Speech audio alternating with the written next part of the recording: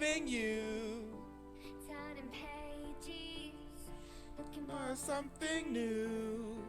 but the rain is stopping me from Pulling through. I'm gonna take A deep breath. Where is Eviction, yo? it into Love it. cause I'm needing nothing coming straight there from you. Where is this man Take Eviction? a deep breath, cut the love it into Love it. cause I'm needing nothing. Ah, Mr. No. Here we go.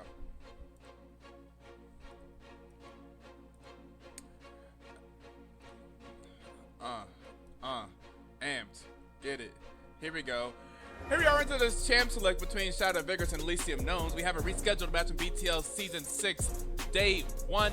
And this was kind of last second rescheduled earlier today to be tonight. And typically, I'm at game night right now. So I'm not, and I haven't ate my normal thing. I'm trying to get some barbecue chicken made and stuff. I was supposed to have a girl over. It's all good. It's all good. I love casting BTL games, man. This is the greatest. I'm happy that we could be here tonight. Thank you all you guys for joining me here on a Friday night. If y'all are also here, I'm sure y'all also had nothing better to do on a Friday night. It's okay.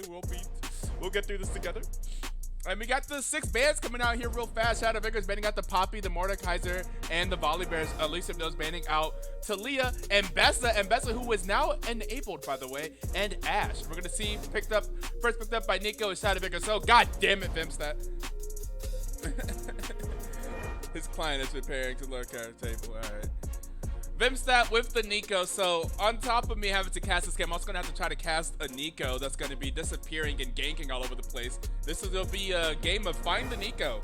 Keep track of Nico. You know what? I'm the only caster. I may just literally have my camera just stuck on Nico this game so we can actually keep track of her.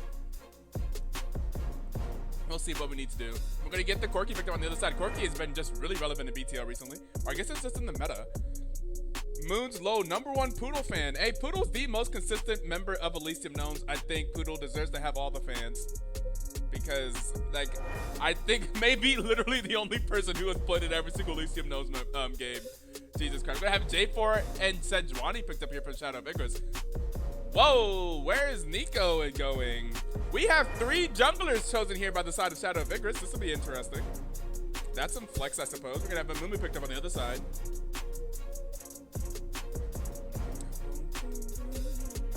Ba-bum, bum.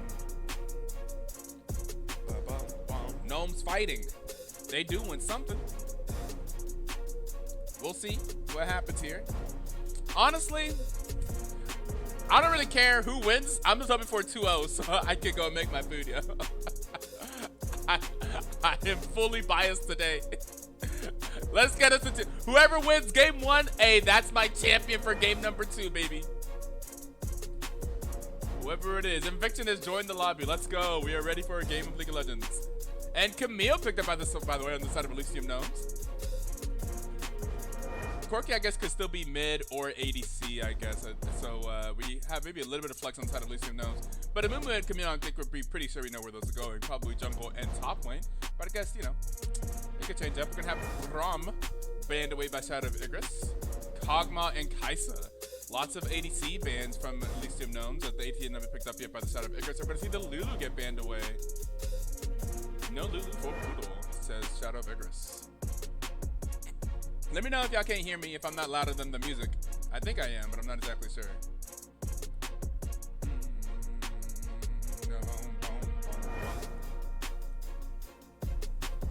Let's get a prediction started. I am learning a professional O miner that goes into the tunnel to full clear and kill red buffs. What? That a copy pasta I've never seen before, I guess. It's gonna get Seraphine picked up here from Elysium Gnomes. What will be the response from the SOI? From the Soy. SOI. And we have all, what? What? All male, what? What? What? What? Shadow of Igris choosing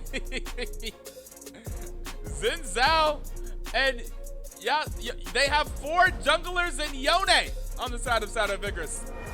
This will be certainly interesting. I guess they cooked something up. I don't care, man. I just want it to be a fast game. Win fast or lose fast, baby. Let's see it. And we're gonna get silence picked up by the side of Elysium Gnomes. All right. Are we ready for the client draft? Ready? Who wins game number 1? Who knows? Shadow of Igris and Elysium Gnomes. We're gonna switch up the champ select music a little bit here. Let's go with this one. Hold up. Oh, I actually like this one. Yeah. I mean, that's why it's on this playlist, I guess, of course.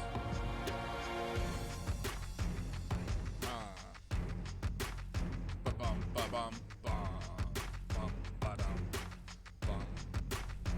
Bum, ba-bum, ba-ba-bum, ba-ba-bum, ba-ba-bum, ba-ba-bum, ba-ba-bum, ba-bum, ba-ba-bum.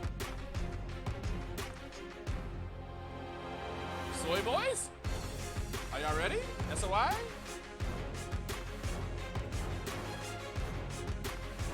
Alright, Vimstat. Run it.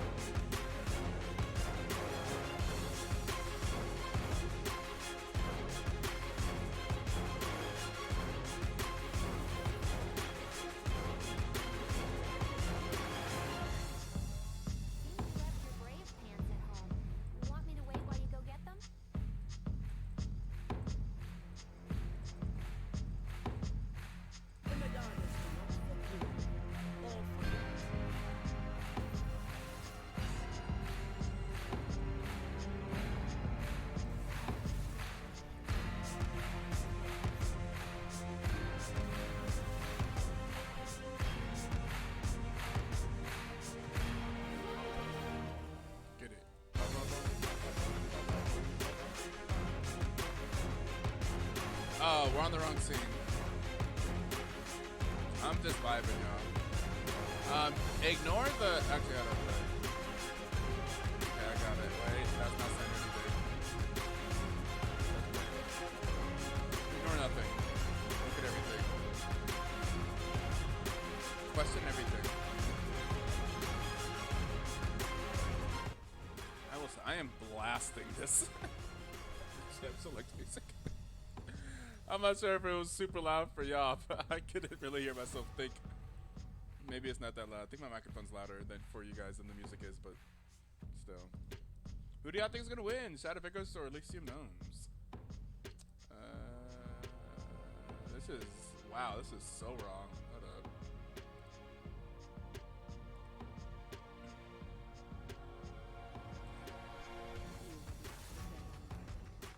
Why is challenge look so weird now?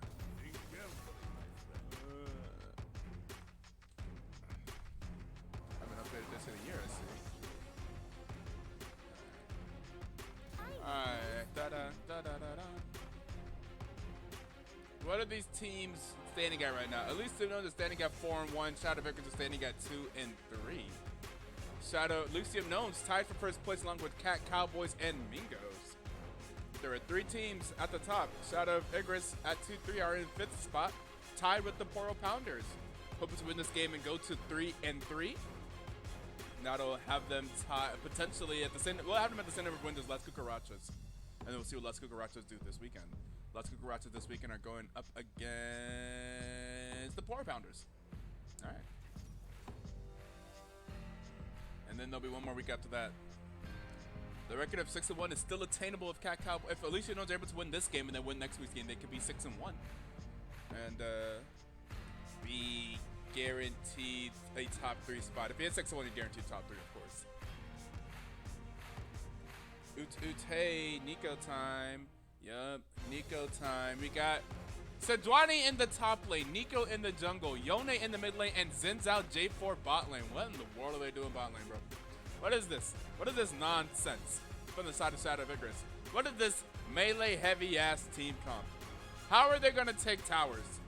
Well, is there a lot of wave clear? Do they have to worry? But there's not a ton of wave clear. Silas doesn't have a lot of wave clear. Camille doesn't have a lot of wave clear. Mumu doesn't have a lot of wave clear. Seraphine, so it's probably not too bad, actually. I don't know what I got into, says Inviction. They got convinced to do something. Learning, by the way, subbing for Shadow of Igris, making an appearance. There were no ban losses because Elysium Gnomes did have a rescheduled game, so they would have also suffered a ban loss. So the ban losses cross each other out. But yeah, learning from Spectre Gaming, BTL, previous former champion, learning from Spectre Gaming, filling in here for Shadow of Igris. Was not able to get a team together for this season, but is making an appearance here. I forget what season learning won.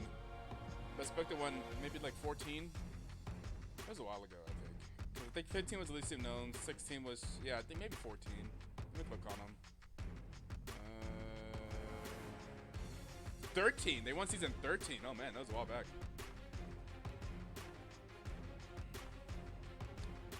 Season 13 and season 17, that was 4 seasons ago. That was 2 years ago.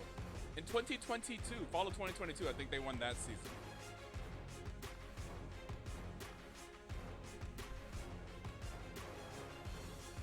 Oh my god, we've been out here doing these stuff for so long now. Oh wait, yeah, it's the commercial break time. Here's your 1 minute ad. See you guys afterwards, I guess.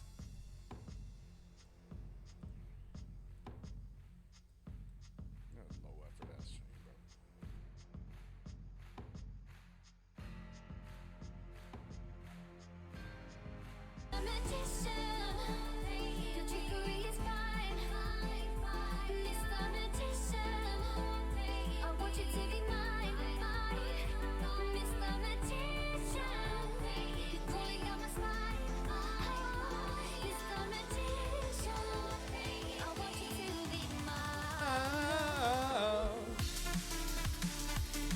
Get it!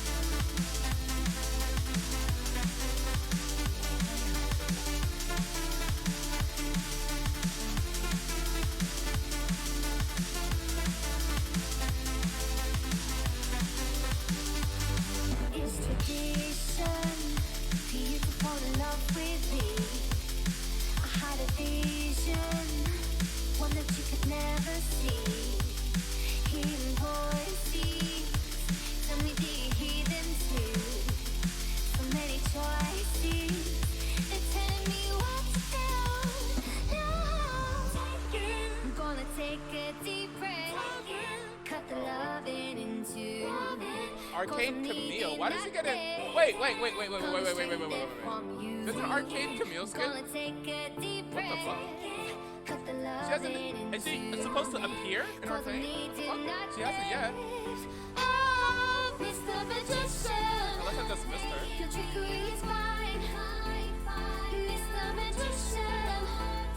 I want you to be mine.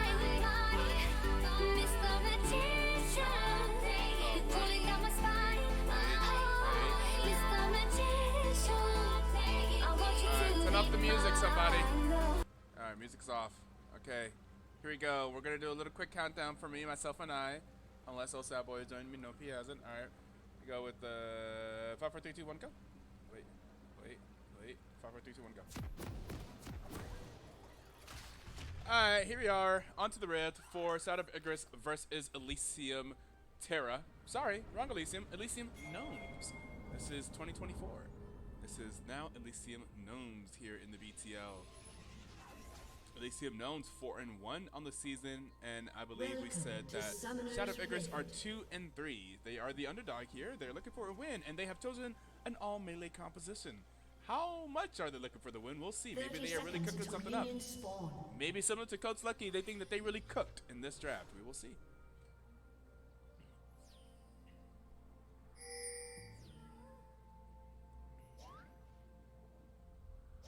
It's like learning, filling in for Ford here in the mid lane. Learning also a man of high elo, I believe. I haven't checked recently. I think Masters. No Masters. Minions have spawned. I'd imagine. Has played many different roles in BTL, from playing, I think, mid, ADC, and support. I forget. I think he was mid the year that they won, but I'm not exactly sure. But yeah, has been in many BTL seasons, put together many BTL teams. Spectre has lots of success. In the backyard with the dogs. Who let the dogs out? Little. Rodney.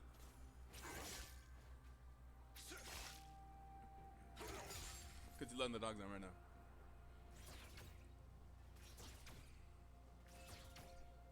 I'm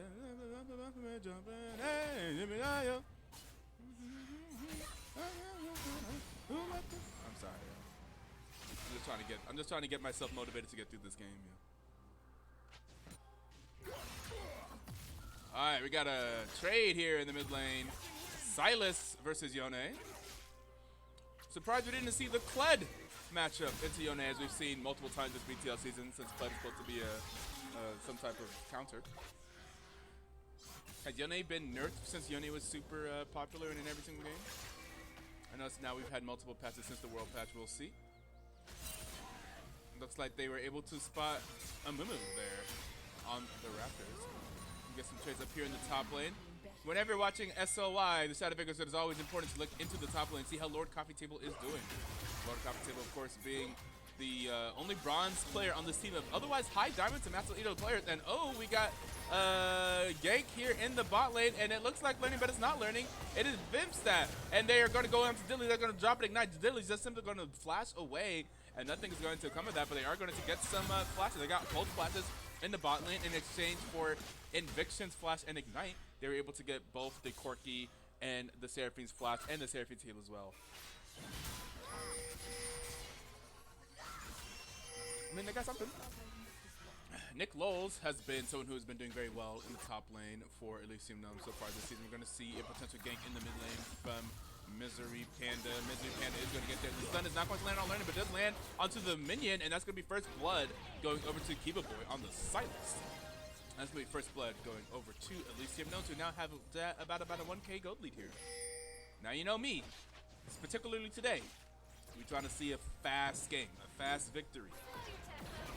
Oh, there is the engage. Oh, and that is going to be a dead Dilly, no longer having the flash available. They're going to take a couple of turret shots, but they are going to be able to get the kill. That's what they're trying to do in this lane. It's a kill lane, baby. And now they're going for Poodle underneath the tower. Will they be able to get it? They're going to be able to get it. That's going to be the flash out from Pichu. Pichu is going to go down, but Eviction should be just fine. Well, did take some damage though. Oh, potentially going to go down to Misery Panda. Oh, and then one more bandit size. That's going to be it. That's going to be 2 kills given back over to Elysium Gnomes after they're able to get the 2 kills onto the bot lane. So, Shadow Vigor's bot lane, that is 2 kills onto the J4, who is not the one farming, so perhaps not the one that you wanted to get the kills to go onto. But still, it's a kill lane, and they have been killing people, so they're kind of doing what they're trying to do. Kingmaker13, thank you for the follow. Welcome to this Friday night stream. This last minute reschedule. And oh, it's a Vimstat in the mid lane. Oh, he's doing the thing. He's doing the Nico thing. And there's going to be a flash forward. That's going to be another kill going up to the side of Shadow of Igris with their all melee aggressive ass comp. We'll see what happens. But so far so good. They have been able to get 3 kills. They've been traded. They've also traded back 3 kills. They've also died. But hey, they're getting the kills, but then they want to get the kills. And this is how their comp wants to play, and this is how they play it. Everywhere except for top lane, that is. Who is just supposed to just survive up there and don't die and be a useful utility tank. Engager for us later. So, I imagine this bot lane wants to continue to try to get kills. Once they are able to clear out this wave, perhaps I'm sure they'll look for something. There's going to be a ward. And oh, they'll look for something right now. JK, look for something right now. And then onto Poodle they go. And that is another kill for the bot lane of Shadow of Igris. Poodle is going to go down. No longer having the summoner spells available. So yeah, they are they're doing the kill lane thing. That kill, I believe, being the first one to go over to P Street on the Zinzao. Zinzao picks up his first kill there. So yeah, they're doing the damn thing. And up at the top, when they see an engage from Nick Lowles. Oh, but Lord Coffee Table does have the level advantage. Is going to trade back, actually trade back a whole bunch of damage. Yeah, yes, Andrade. Oh, I was about to say he's doing it. Lord Coffee Table, the solo bolo, but actually missed the bolo toss. Is that what it's called? I'd be so happy if that's what it's called. I'd be so happy if that's what it's called. Oh, it's called Glacial Prison. Oh, does she have no kind of bolo thing? Anything? No. Does she used to? Am I crazy? Maybe that was like old Sejuani. Damn it.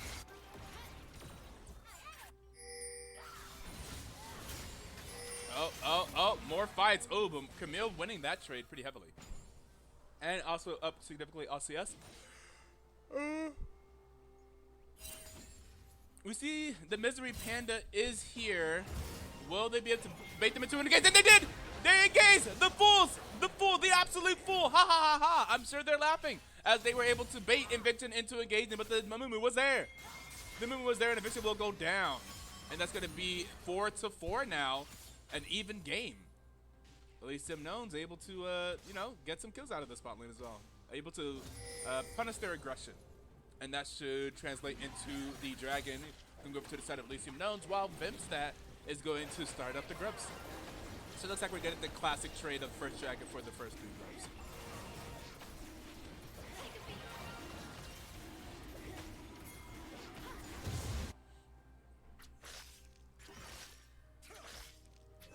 Why is my lead climb? My lead climb is open as if this game finishes.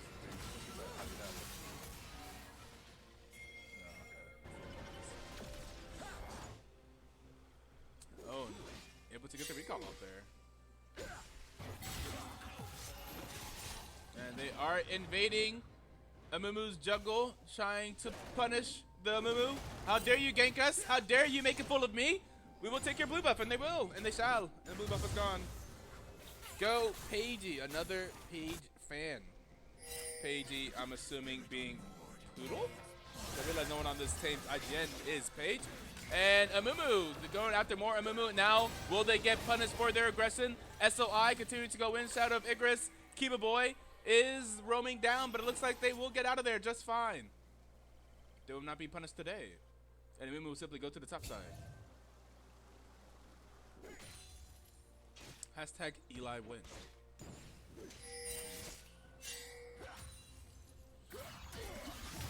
Nope. Oh, we got a fight here in the mid lane. Learning and keep it, boy. And looks like about equal trades there. Oh, they're going in some more, baby. They're being aggressive. Oh, but P Street is low. Here comes Eviction. There's a flash forward from Dillian. Oh, will they actually take down the... Oh, they're going to get the kill. Oh, and they're going to get the second kill. And Dilly is going to live. The Corky lives. And the bot lane of Elysium Gnomes are able to get 2 kills. They live. They live. They are the normal bot lane versus the kill lane, and they end up killing both the J4 and the Zen Zhao. But look at that, able to turn things around on them. You know, up here in the top lane, we see Lord Coffee Table beating up on a disconnected player. There we go. And we have a pause, and we have a reconnection. Okay, not too bad.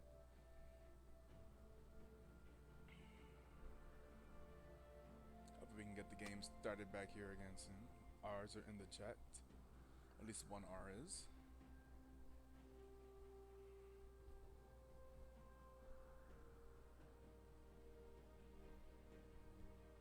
Please no pauses to extend this game time. Please, oh please, oh please.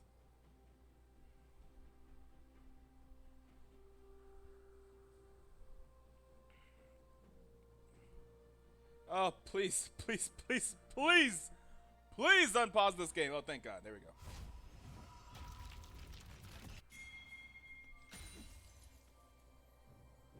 And we got the Riot Classic pause after the pause. Because it is a small indie company. When it comes to video games, not when it comes to media. Not when it comes to the music or to the animation or to the show. Have y'all seen Arcane? That show is incredible. That show is absolutely insane. I cannot believe how good that show is. Even people that don't even play League of Legends, that show's ridiculously good. And we are back into the gameplay. Nice. I may actually just watch. I'm going to try to watch the Act 3 episodes as soon as they drop. Oh, whoa! Vimstat things, Nico things, and suddenly Nico's spaghetti surprise, motherfucker! It is a Nico as a minion walking into your lane. Oh, Vimstat loves to do that thing with Nico, and we, as the spectators, unless y'all saw it on the minimap, I had no idea. I had no idea. That surprised me as well. I feel like that needs to be better. Come on, right? Like, as a spectator, we shouldn't be getting surprised by the Nico.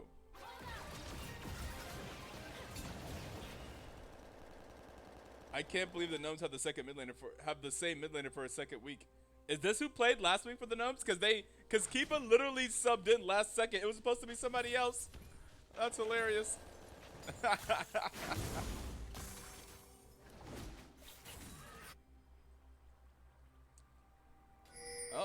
Learning and Eviction are looming, looking for something. Do we see Nico on the map? Okay, Nico's in the bottom of the map. Nico is not one of these minions. Learning and Eviction here in the mid lane. Eviction potentially looking for something while Zinzal's, while the ADCs just form out bot. That's even better. Yeah, they were about to not have the same mid laner. It's kind of funny. Clearing out some vision. We see a little bit of a gold lead on the side of SOI actually, Shadow of Igris. Lord Coffee Table. Some good trades onto the Camille. The Camille up 30 CS, but did die off of that Nico gank earlier. You see Misery Panda is up here. We see that Lord Coffee Table is unaware, being very aggressive, is going to get punished for that aggression. And here come the ultis. Oh, Lord Coffee Table trying. Oh, but Learning is here. Oh, that's not Learning. Oh my God, that's a Nico. It's Nico yet again. It's Vimstat yet again. He just keeps doing it, the Nico thing, and is able to secure another kill up in the top lane. And that could be grubs number 4, 5, and 6 for the side of Shadow of Igris.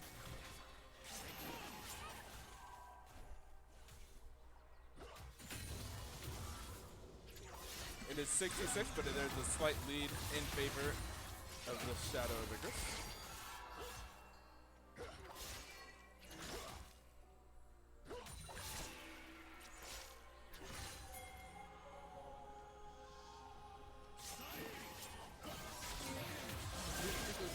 Ooh, and we have another collapse into the moon. That's going to be another kill going over to Nico. Nico now on a killing spree as they take down Silas in the mid lane.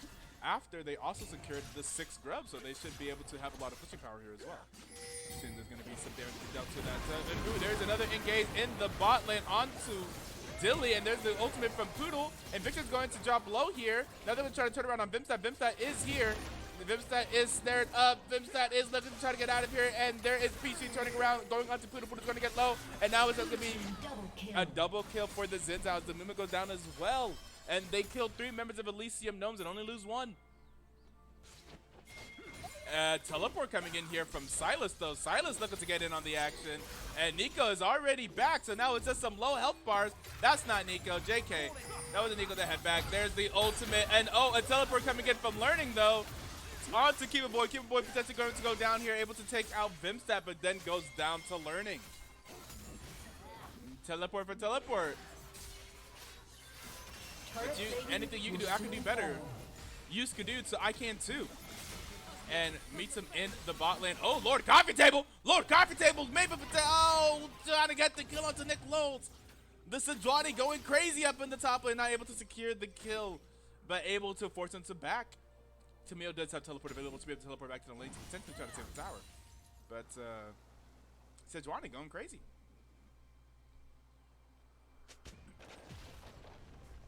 Only one dragon to be taken so far this game by the Gnomes. Will they be able? They're going to try to clear some vision around here, but they do not see that ward, that vision ward from the blue team. So they are completely seen right here. Oh, and they do have the wards there in the tribe, so they do not to walk into them. And Lord Coffee Table continuing to put them hands, them paws onto Nick Lowe's. And Learning Kid Boy having themselves a little bit of a fight here. Silas seems to be doing just fine. It's going to get knocked up here. And here comes the rest of the Shadow of Igris. It's going to be forced to flash out. Kid Boy is going to use the flash and survive. Will this be a dragon for either team? The dragon is available, just sitting there, looking delectable. And there is an engage here. Oh, but Amumu is here. That's Learning is going to go down. Eviction is low. Misery Panda is going to be able to get that one. And now it's just P Street left alone. And Kiva is looking for Moy. Jumped in. Oh, and there is the stun. And they are going to be able to get the shutdown. Meanwhile, top lane, the tower is going to go down. And Sejuani does get the solo kill on Nick Lowe's. Lord Coffee Table now 2-0-1 in the top lane. And Shadow of Igris now making about a 2K gold lead here. Vimstat is here in the bot lane to clear out the way. Make sure they can't get too much damage on this bot lane tower. 12-11, 23 kills in 15 minutes. Pretty explosive game. And about a 2K gold lead here for the Shadow of Igris. along with having, look, and this is going to be a lot of damage dealt to that top tier 2 tower here from the Sejuani, aided by the 6 grubs. And we see Bimstad's able to complete the jungle item there. Lord Coffee Table going to flash away, look to continue to run. Running. May not be able to run far enough away. Oh, there's the ultimate Sejuani, and there is the dive from Silas, and Silas is going to be able to get the kill. Keep it boy gets the shutdown onto the Sejuani. Oh, from the Sejuani. So this could set up a dragon. The second dragon of the game going to get taken, looks like, by Shadow Igris. This will be their first dragon. Tied it up 1-1. What will be the soul? Let's say Infernal. And it's Mountain. I suck. Oh, Peachy potentially in trouble here, but backup is on the way. And here it is. There is the ultimate from Invictus. Invictus is going to be taking a lot of tower damage, though. A lot of tower shots, and that's going to be a double kill going over to Bimstat. But both of the bot laners from Shadow Vigors are going to go down there. Peachy and Eviction sacrifice their bodies so that Nico may get another double kill. Or maybe their first double kill? Either way, Nico gets 2 kills. And it's now 14-14, but a 3K gold lead on the side of Shadow Vigors. They have successfully gotten a lot of kills, but they've also died getting those kills, so, you know, it's been a bloodbath. I think that's essentially what they want. They just want to continue to go in. They need to be aggressive. They have no range. It's all just jump on them and kill them. Only way you're going to take towers. The Rift Herald is available. We'll see if any team goes towards that. Try to get some vision here on the top side. Lord Coffee Table and Keep It Boy fighting out here. Keep It Boy potentially in some trouble. Ooh, whatever that long stick thing is from Peachtree does not land on the Keep It Boy. Remember that ability is called. Learning up here in the top lane, they're potentially in some trouble. Gonna have to dodge. Is not gonna be able to dodge. Is going to get stunned up and ulted, and that's a killing spree for the Amumu. 4-2-4 on the Amumu right now. Had a decent chunk of gold. Is still about 800 behind Nico. Nico having the most gold in the game. And now we're going to see the Rift get started up by the Shadow Vigors.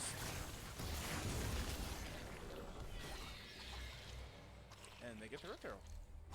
Down 1 kill, but up 2K. I feel like that's been the story of BTL this year, especially if you ever watched the Domingos play. Always, like, down on kills, but up on gold, baby. Shadow Vigors taking a... What's that? A play from out of their book? I can't think of the saying right now, but you understand. You understand the points.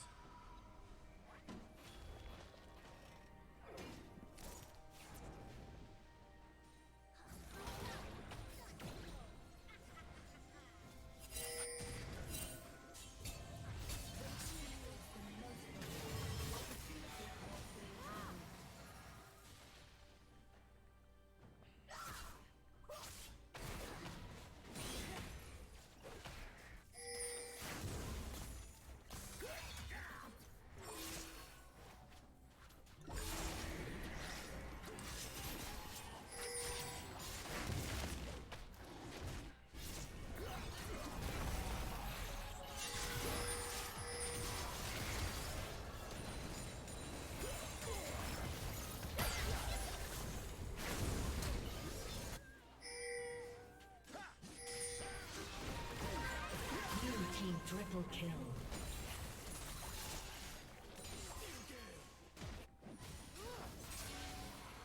A triple kill? Did I hear that? A triple kill? Oh, I looked down on my phone. Blue team triple kill for Bimstat. The Nico that was already ahead, now even further ahead, and they break the base in the bot lane. Indeed it was. And look at Lord Coffee Table forcing Nick Los to flash away and flashing after him. Lord Coffee Table in the top lane, dominating now with 3-1 for the Sejuani. Don't mess with my boy, Lord Coffee Table.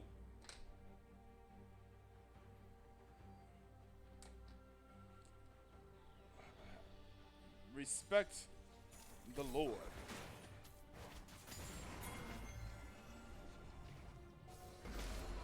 Of the commentator.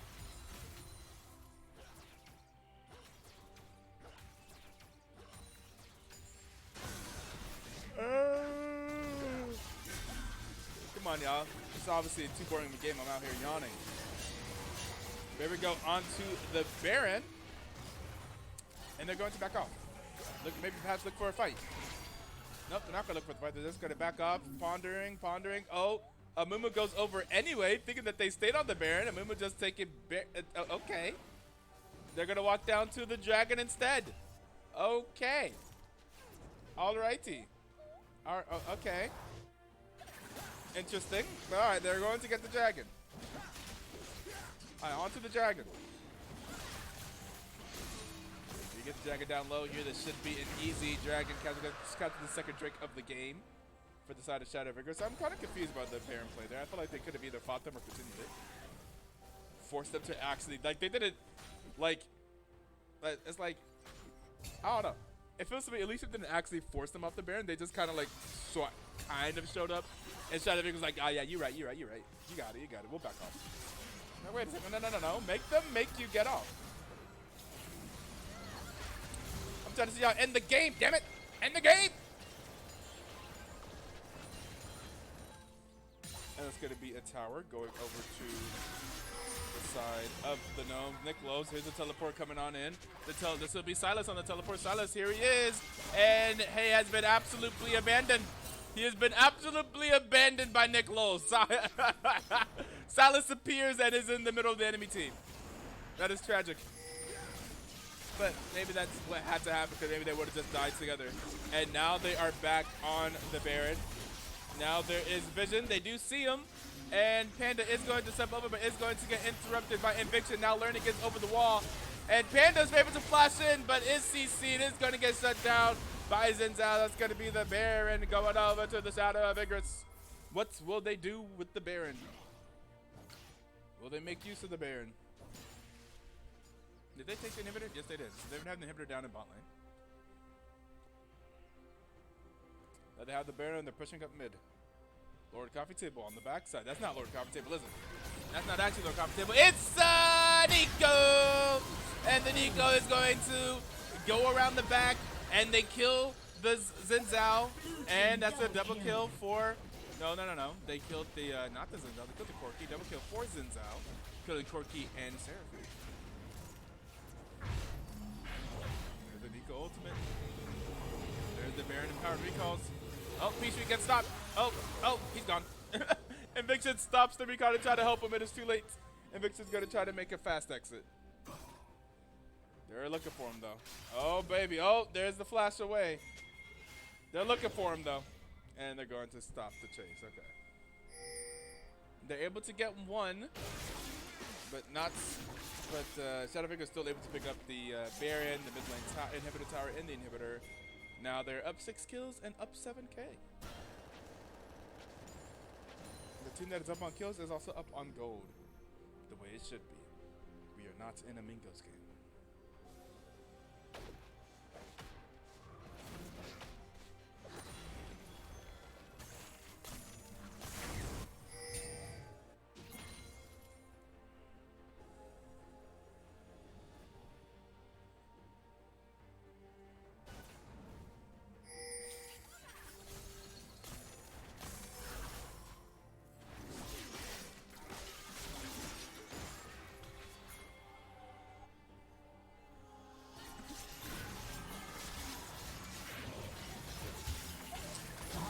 Boy.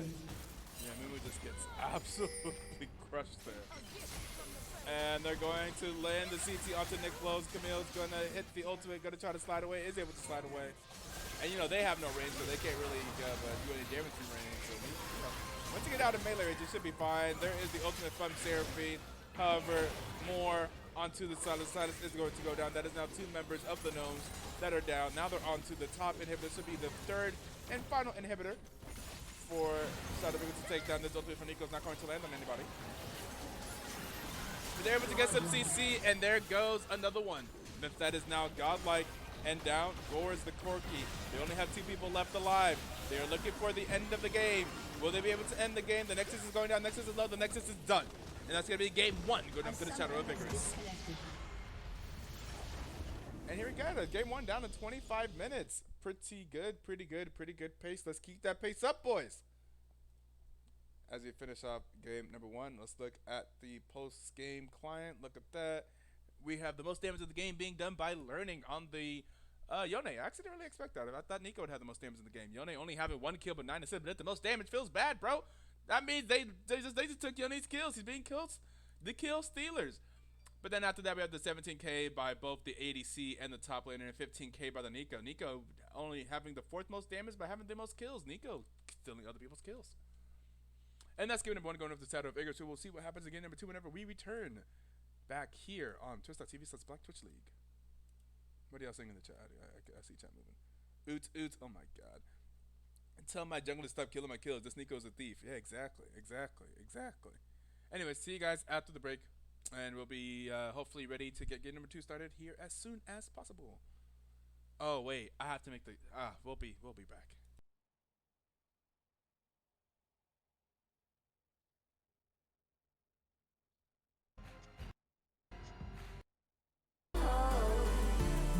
I take a breath, I suffocate. You rip me off the preliminal stages. You're playing with my fire. You're burning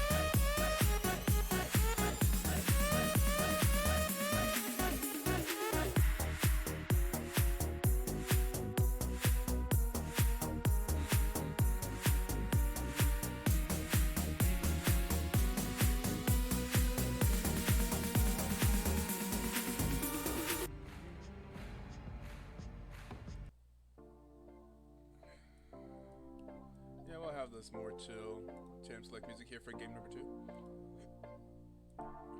If you were with us for game number 1, you saw Shadow of Igris win that game with a very interesting, pretty much all melee composition. We'll see what they do here in game number 2. Shadow of Igris were the underdogs against this, as they do have the worst record being 2-3 on the season, while Elysium Gnomes are 4-1. But Elysium Gnomes now have their back up against the wall. They have to win here in game number 2 to avoid taking the second loss of the season. And if you're aware that I'm trying to get out of here as soon as possible, I typically don't have this on Friday, and I wanted to make some chicken. I wanted to make some barbecue chicken. Had all the things ready for the recipe, and I had to shoot this game. So I'm looking for a 2-0.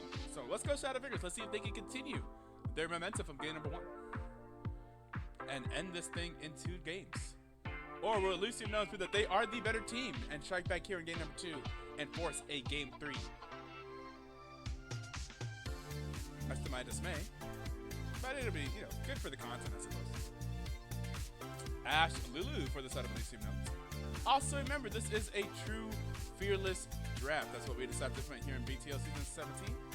So all the champions that you saw in game number 1 are no longer available here for game number 2. That means the Nico, the J4, the Sejuani, the Yone, the Zenzel, the Corki, the Amumu, the Camille, the Seraphine, the Silas are all not available here for game number 2. Thank you for the followers, swashbuckler? Like with an extra C, a swashbuckler? Yeah, thank you for the follow. Appreciate it. Syndra gets play underway here. Brandon got mid lane, which has not been chosen yet. It looks like Susurration is in here for Elysium Gnomes, and I believe potentially playing mid lane, so I believe Keeper Boy is out and Susurration is in. Rise. Interesting ban. Hardly ever see Rise. Maybe learning to play some Rise. We're going to see the Rise and Gallo get banned away. Alright. Start with Mbessa. Mbessa has been banned both games. No one wants to see that champion, I guess. No one wants to see Mbessa.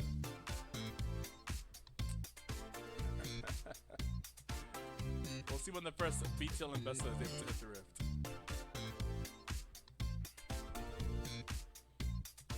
And the last pick here for the Shadow, we're going to see an Azir! Shurima's Emperor, Azir, is picked up here from the Shadow of Igris. Also, we see Inviction does get his thrush, by the way. We have much more of a normal comp here for Shadow of Igris, picking up the Skarner, the Thresh, and Azir. Some, not all melee. They got some range and stuff. They got a pretty normal comp here on the side of Shadow of Igris. Elysium Gnomes potentially picking up the Veigar in that mid lane to go up against the Emperor. And in fact, it will be Veigar.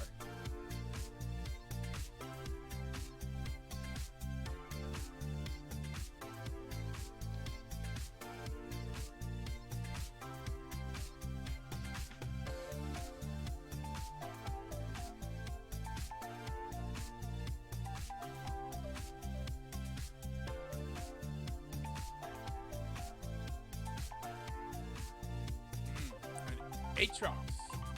Gonna get picked up by Elysium Gnomes immediately. Immediately we see the Akali picked up from the side of Shadow of Igris. Let's see who is going where. Let's see the shuffle.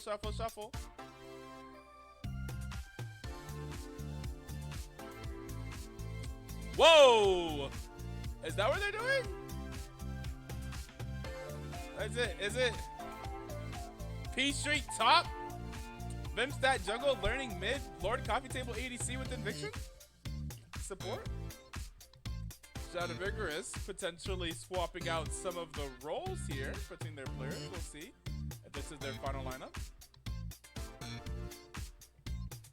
As we wait for the Gnomes to line up, eventually. Here come the Gnomes. Looks like they are lined up. And we're gonna get our game. And yep, that is gonna be the lineup. So it's gonna be P Street. When I saw the Akali, I had a feeling it may be P Street, Pack Street up in the top lane, and in fact, it is. Don't let me down, Shadow of Igris. Let's go P Street on the Akali in the top lane. Can they deliver a 2-0 here? Pants at home. Want me to wait while you go get them? Grounded. We're get between Etoe and his dinner again. This man wants to get. It's tough, Poodle. Hey, Poodle. Hey, I'm so sorry. I wish y'all, if y'all would have won game 1, I would be just as heavily on your side. This last second.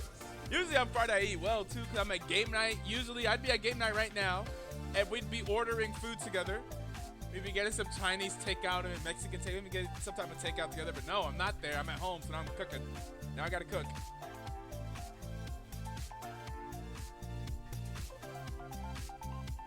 No invite, crazy work. I would totally invite you. Are you kidding me? Invite to what? The game night or to the or to food?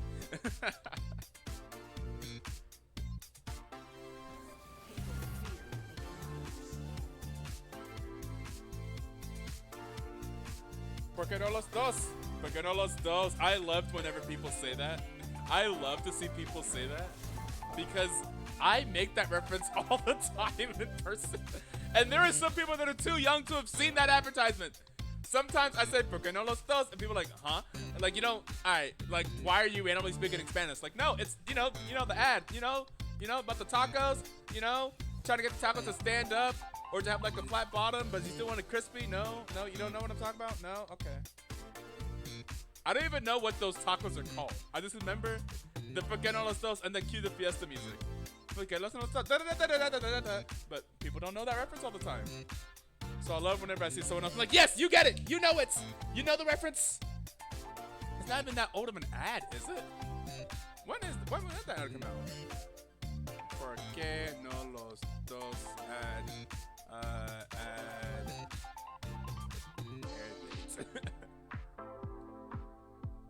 The little girl from the old El Paso, why not both advertise? 14 years ago? What? Is that second 2006 for real? 60 was she featured in the famous Australian ad campaign for Old Paso tacos? That's 16 years ago? Wait, that says 16 years ago. In 2020, that says 14 years ago. That means it's 18 years ago? Is this 2006? Is that real? Around 14 years ago. Where's she known for the Spanish cafe? Soon the cafe me for taco. Now she's 20 years old, barista living in Sydney, Brazil, calls herself the Taco Girl. Look at her Instagram. Oh, look at her. She's all grown up. The Taco Girl. She's not as famous anymore. She got 2,379 followers on Instagram. The Taco Girl. That's hilarious. She a cutie now. It's okay. She's older, guys. We're not talking about. It's okay because she's older now. It's okay. I'm not talking about a little girl anymore because she's yeah. She's like my age now. I was 18 years ago. Let me know if y'all want the Instagram. We're gonna hit you guys with the woman ad break.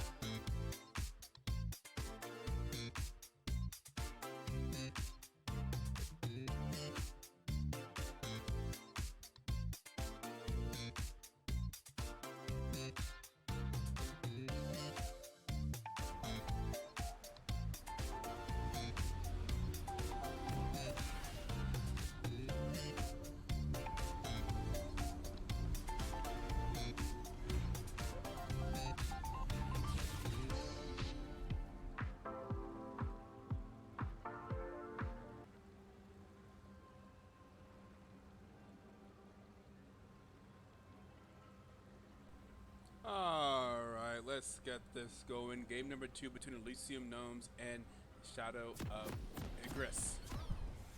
Shadow of Igris picking up the victory in game number 1 with a very strange, pretty much all melee composition. With a bot lane featuring Xin Zhao and Pantheon, Yone in the mid lane, Nico in the jungle, and Sejuani in the top lane. And they're able to get a victory out of that after playing very aggressively in pretty much all lanes. To Summoner's Nico Rift. popping off, doing the Nico things with those surprise ganks, pretending to be a minion, and then the bot lane was just 30 Xin Zhao seconds and until Pantheon were minions just spawn. diving and killing as much as possible. Also often dying themselves, but they were able to just get small enough advantages to be able to just snowball the game after just being super aggressive all the time. The all melee comp did not end up working against them, as they were eventually able to just get enough kills to be able to get the objective still. They did secure all 6 scrubs. They were able to get the Baron and the Rift Herald and all that good stuff.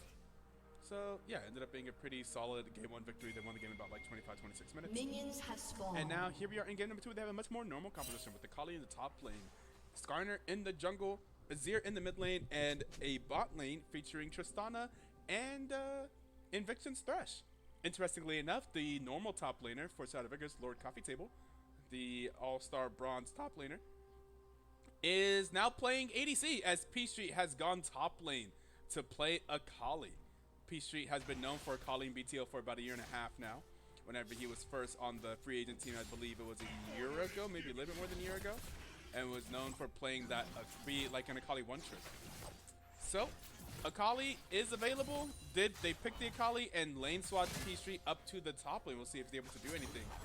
Top lane against Nick Lowe's Aatrox. And on the other side, I mean, it was still a solid, pretty solid game 1 for the Elysium Gnomes. Playing a team that is not, I cannot immediately punch it, but it was a much more normal team.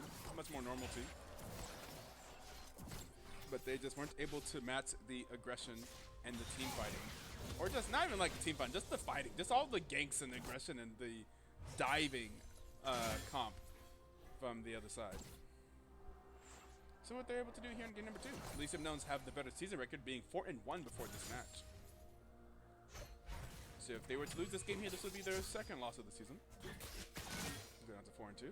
P Street being aggressive up at the top lane. That could be another disconnected. Yes, once again, Nick Lowe's has disconnected. I saw ADC, I didn't hit you. Yeah, I was like, yeah, Akali. I was like, it did look like there was a disconnect there from the Aatrox, and the Aatrox just randomly stood still. We did get a disconnect in game 1 as well. Only happened 1 time, so hopefully this won't be too much of a recurring problem. And hopefully Nick Lowe's is able to get back into this game. So far, nothing really has happened. We haven't had a first blood here about 2.5 minutes in. And yeah, a quick reconnect similar to last time. Hopefully it doesn't end up being an issue in a... It was also during lane phase. It wasn't too bad that time either. So we will we'll continue to see that be that too detrimental. How close was game 1? In the end, it wasn't really that close. It was like a 25-26 minute game. Very aggressive team comp from the Shadow of Igris. They played J4, Xin Zhao bot lane, Yone mid, Sejuani top, Nico jungle. Very aggressive. On the other side, it was Camille top lane, Amumu jungle, Silas mid lane, and Corki and Seraphine bot.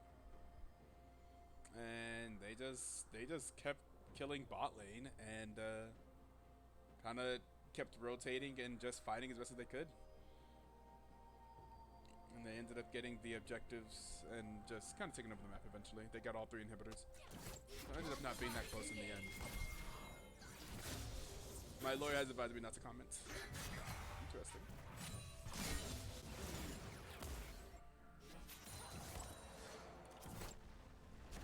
Bimstat with an early gank up in the top lane. And is this my Riot pause? It's so late. Okay, we got the classic Riot client pause after a pause. Not able to get the kill there or forge a summoner spell, but able to kind of spook him up in the top lane. Looks like it will be just fine though. Because my pin from the red side, asking where Udyr is to see Misery Panda. Now in the bot lane, potentially going to look to do Skarner's other side of it. He did just see Skarner top side. but Skarner has recalled and will be approaching Udyr. We'll see. Maybe we'll see some combats in the jungle. A little bit of a rumble in the jungle. And yep, we do in fact. But Panda is able to smite it away. May not be enough. Oh, there is the hook. The hook lands onto Lulu Poodles. Here comes the jump in from Lord Coffee Table. There's the exalt. Onto Mystery Panda. There's the first blood. Going over to the Tristana. So they will not be able to get away. There's a jump for the Tristana. And then Skarner is able to put him up against the boss. Double kill for Tristana. A double kill for Lord Coffee Table here in the bot lane. A little bit too aggressive there from the Udyr. Didn't quite get the timing right. Vimstad was able to get to the buff in time. And then a good rotation over from the bot lane of Shadow of Igris. That's going to net them the double kill. Along with the first blood.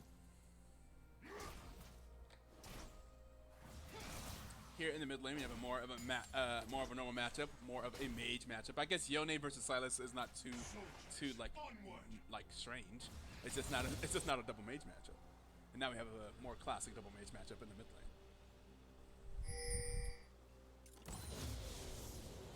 There is level 4, perhaps looking for some aggression here. Lord Coffee Table is going to jump in and get Polymorph and going to have to can't take the thing, but wasn't able to take the lantern and is going to go down Lord Coffee Table. Oh no!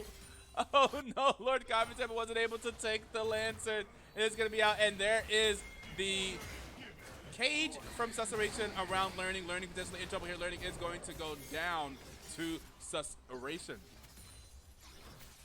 And just like that, 2 kills going back in favor of the Gnomes. And the gold lead is literally exactly, well, now slightly ahead. Other side. Back in the top lane, how is it looking? There is P Street going onto Etoe, but taking that third Q, going to take a lot of damage. So not quite winning that trade. Oh, I didn't do a prediction here for game number 2. Let's see. Start prediction.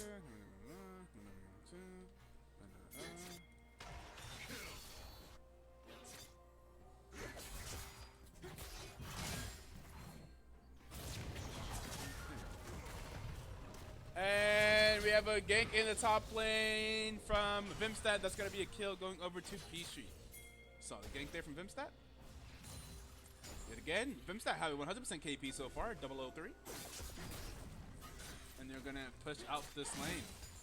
Very solid. We see Udyr is up here as well. And they should be able to just get out.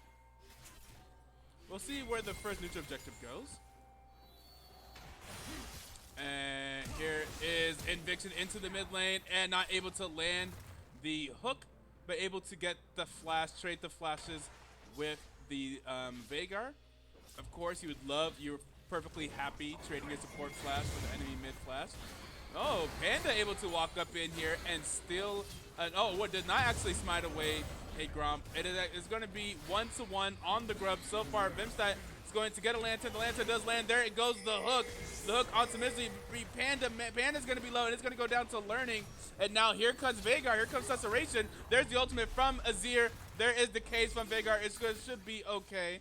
Should be able to walk out of there. Maybe a Kali on the chase, but we are looking at bot lane right now, and they should be able to get out. And then we get out Lord Coffee Table getting aggressive onto Poodle. And it's going to take a lot of damage back from Ashe. Ashe is actually going to punish Lord Coffee Table quite heavily there. But that's going to be 2 grubs going over to the side of Shadow of Igris, and 1 going over to Elysium Gnomes. But now a 2-killed lead that they're able to pick up a kill there for the Shadow of Igris. And about a 1k gold lead. Lord Coffee Table here looking really low. Inviction looking potentially for the hook. Oh, the hook does not land. Even if that hook land, I don't know if Lord Coffee Table actually has enough HP to go in there. I'm not sure exactly what the plan was. Maybe just to make him back off. Make him scared. Make him think that maybe Skarner is here. And there is the recall from Lord Coffee Table.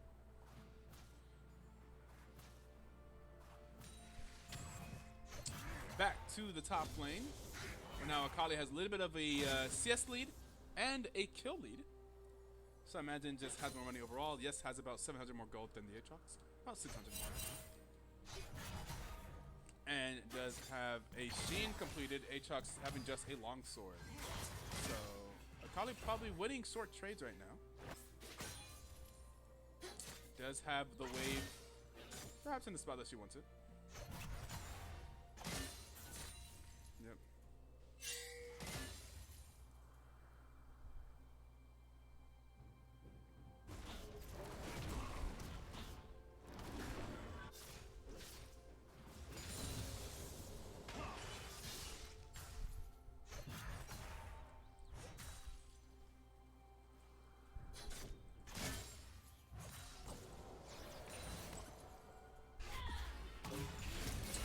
Oh, there is the Ashe ultimate onto Lord Coffee Table.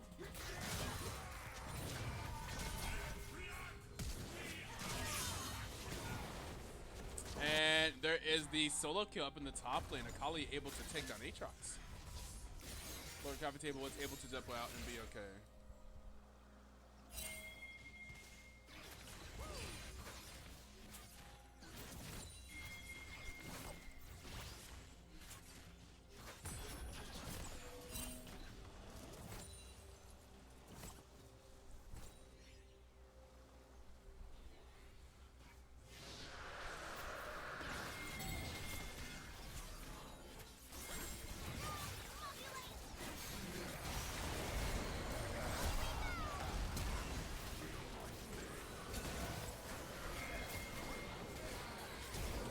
Woo! So I had to alt tab for a second there, but 2 kills picked up there from the side of the Elysium Gnomes. Able to take down Lord Coffee Table and Inviction, able to pick up the dragon. So, although there was a kill topside and a play topside by the Shadow of Igris, Elysium Gnomes able to protect back in the bot lane.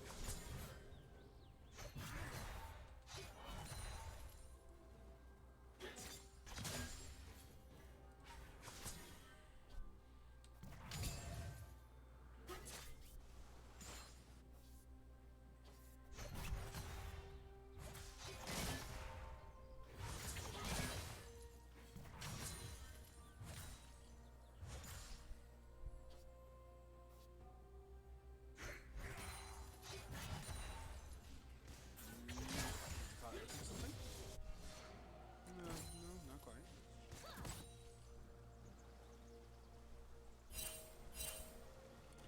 Oh man, is my Mavericks playing today too? Am I also missing out on the Mavericks? I don't remember.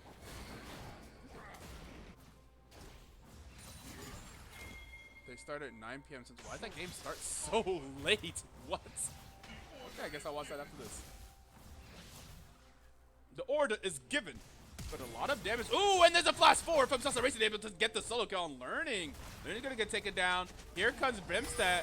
But I don't know, will Brimstat be able to get the kill onto Veigar? Looking for it, there's the slow Veigar. I think that's gonna get very low here. Maybe gonna have to try to run away from the Skarner, not gonna be able to run away. It's a shutdown going over to Skarner. But Sasa Racing with the flash forward, able to get the kill onto Azir. Skarner now 1-0-4. 5 out of 6 KP, still doing very well. Brimstat doing Brimstat things. On the way pings to the Grubs. Or not the Grubs. Those aren't Grubs. Is that now... What is that? Oh, no. The Grubs are currently being taken. All right. And that could be Grubs number 3 and 4 for the side of Shadow of Igris. And it will be.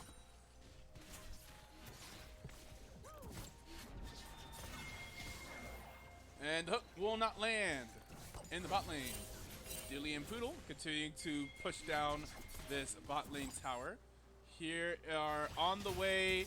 There is an Azir going there. There's the flash. There's the hook. It's not going to land. Well done. The dodge from the Ashe. There's the Ashe ulti onto Learning, and they're not going to be able to take anything out of this. So nothing occurs from that. Flash forward. Acceleration potentially in trouble here.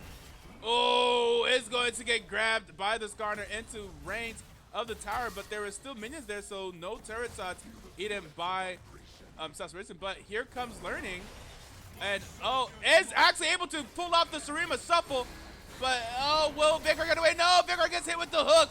There's the hook, there's the lantern, and there is the kill going over to Learning. Well played there by the side of Shadow Vigor's. Learning first with the Sarima shuffle, and then Stress coming up with the hook. Udyr not able to save Veigar's life.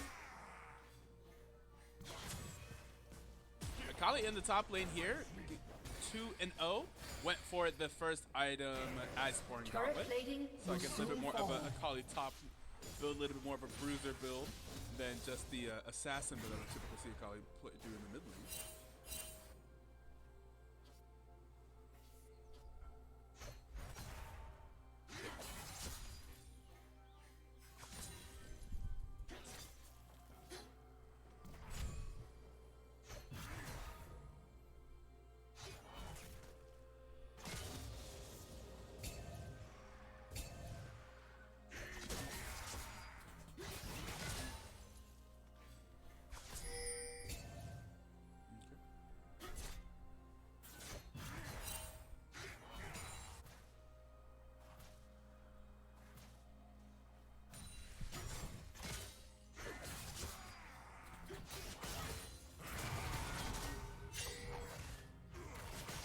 Killing spree. Whew, another solo kill in the top lane from the Akali. Now 3-0, this Akali could become trouble. Especially for someone that is so well versed on this champion. Misery Panda potentially in trouble. And the hook is not going to land. Everyone from the side of the Gnomes bot lane should be okay. Everything should be okay. Is going to slide out there before the cage descends upon him. And this is the second dragon of the game being started by the side of Igris. Lord Coffee Table though really low. There is the hook. There is potentially a fight. Misery Panda going to get taken really low here. And there's the ultimate from Vimstat. Is going to land on the two Poodles. Is going to get low. Poodles is going to be left alone. And there is also the teleport from the Akali. And as you're looking for more, there's the flash forward, but going to get flashed out by Ashe as well. And that should be the second dragon of the game, easily going over to Shadow Igris after getting that kill on Poodle. 9-5 kill lead here for the Shadow Igris, up about 1.4k.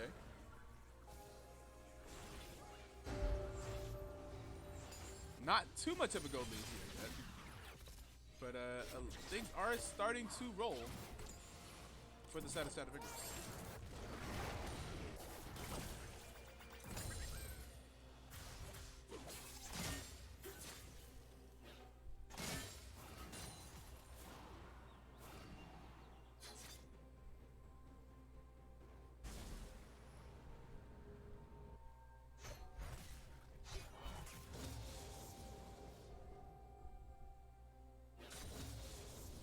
Since I'm just sitting here just being an observer, like, yo, forgetting, like, oh, I'm supposed to be casting.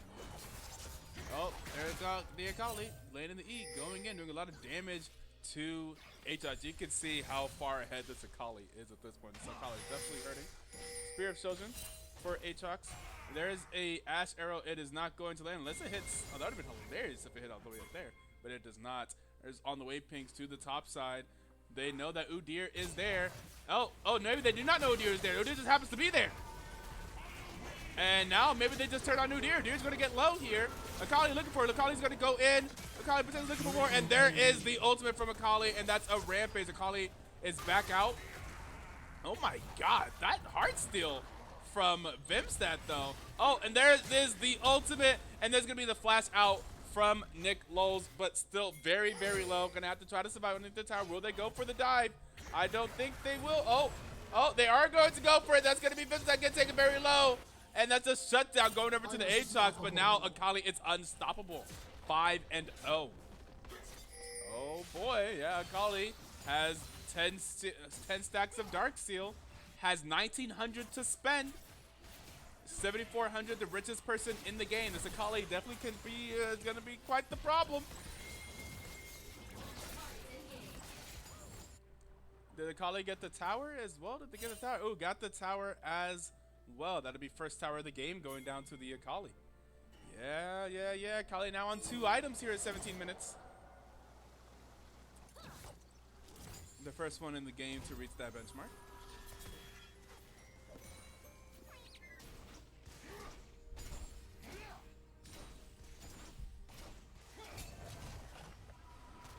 I was thinking, why is that Azir's attack slapping so hard? But see, he does have the Nashor too.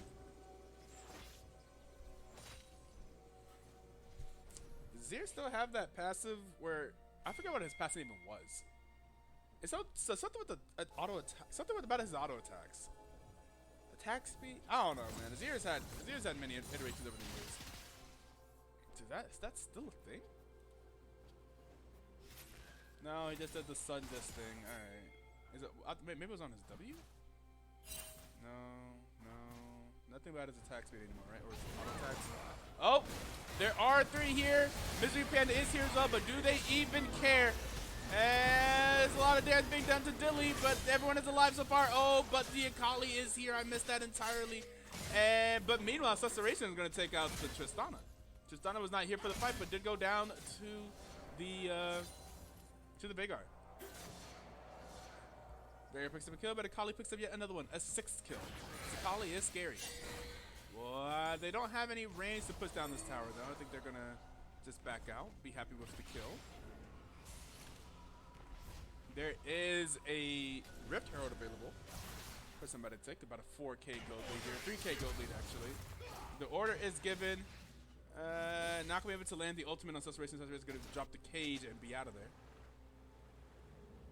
If they had a chance to get back into this game, it's probably going to be through this Veigar. This Veigar is currently 3-2. I guess Ashe is doing pretty well too, 2-2. But the Veigar just, you know, monster scaler, of course, close to completing her Abaddon's death cap, I believe. Well, at least has the both components for it.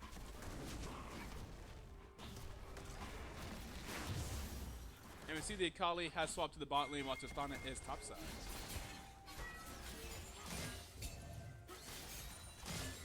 Is this the play? They're going to put the Akali versus 2. Maybe Akali will be able to get a kill in this lane, but I don't know. It'll be a little bit tough, but the Akali will have to be very, very strong. We'll see if that Akali is strong enough to be able to just farm up against this bot lane duo. There's the pressure kill.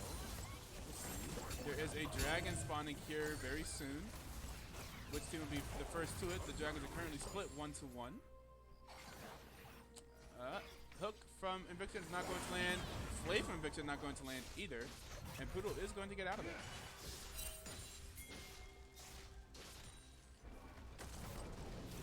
And we have the dragon started up. This will be started up by the Shadow of Igris. Shadow of Igris for the second dragon of the game.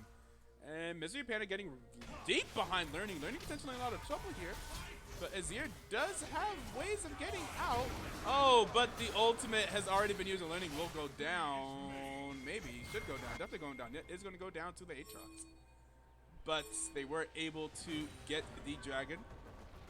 Second dragon of the game for Shadow of Igris. And there's a teleport out from Veigar, who is getting chased, but will teleport out to this tier 2 tower and be just fine.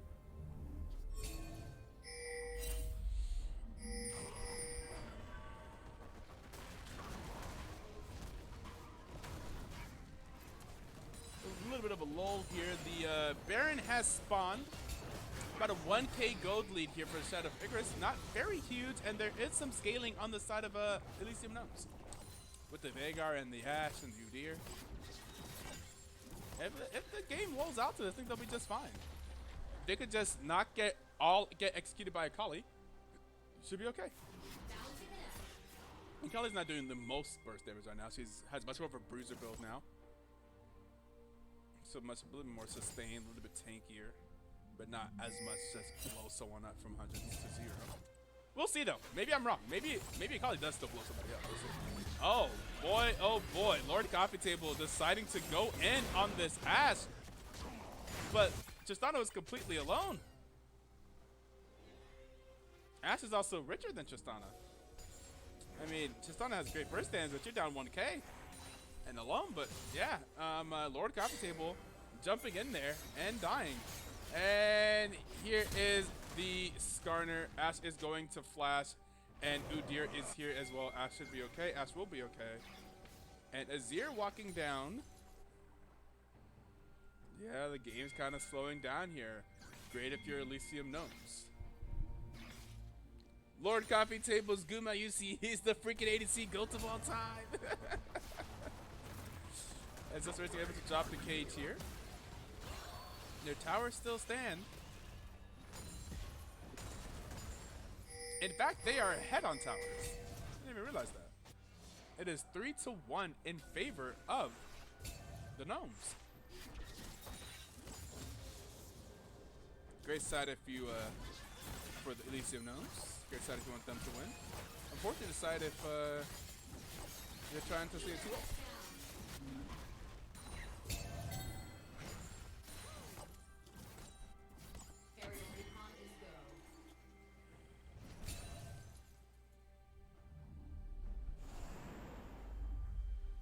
Now this could be the Baron setup for Shadow of Igris.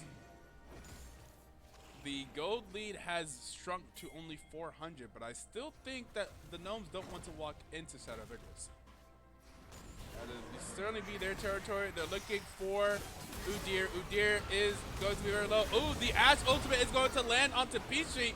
Peach is going to get stunned up for a while. Another hook lands now this time onto Nick Lowe's, and Nick Lowe's is also hit with the Lulu ultimate. Akali trying to get into the backline. It's going to get low. Is able to take down Ashe, but the Akali is low, able to use the blast code to get away.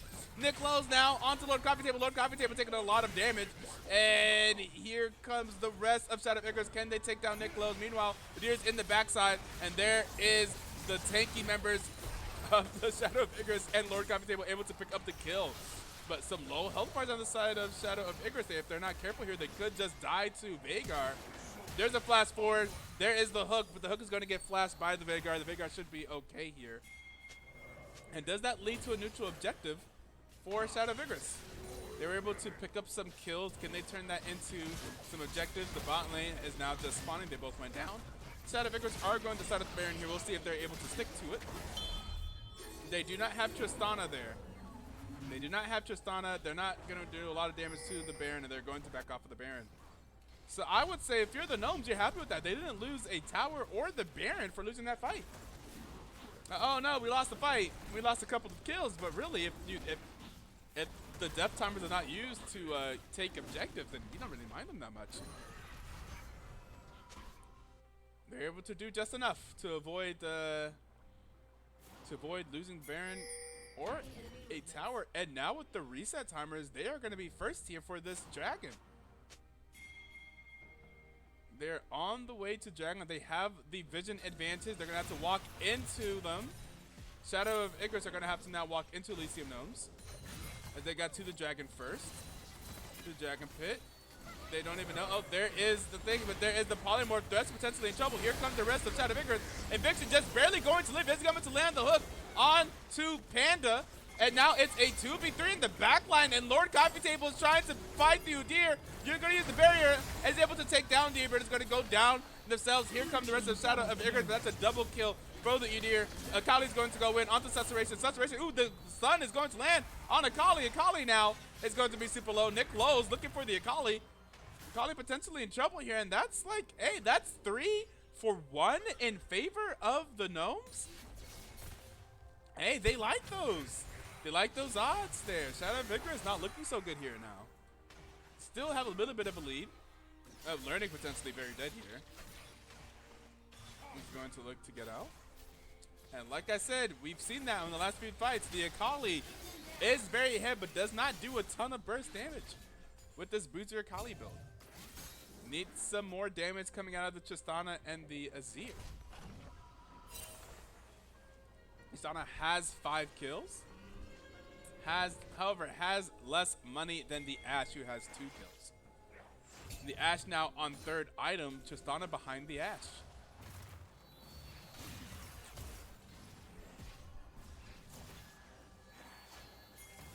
And yeah, this scaling Veigar is going to be a problem. This Veigar is doing so much damage in these team fights and is building pretty tanky now. We see Veigar with the Spectre's Cowl and the Negratar Cloak will be very tanky. Invictus is going to get low here. There's the Ashe ultimate. Is going to land onto Skarner. There's the ultimate as well.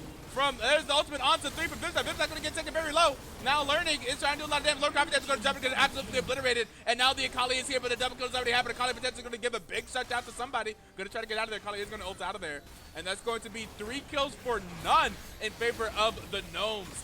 And now they have taken the gold lead. And now they take the second dragon. It is 2 dragons to 2 dragons. And the Gnomes now potentially in control of this game.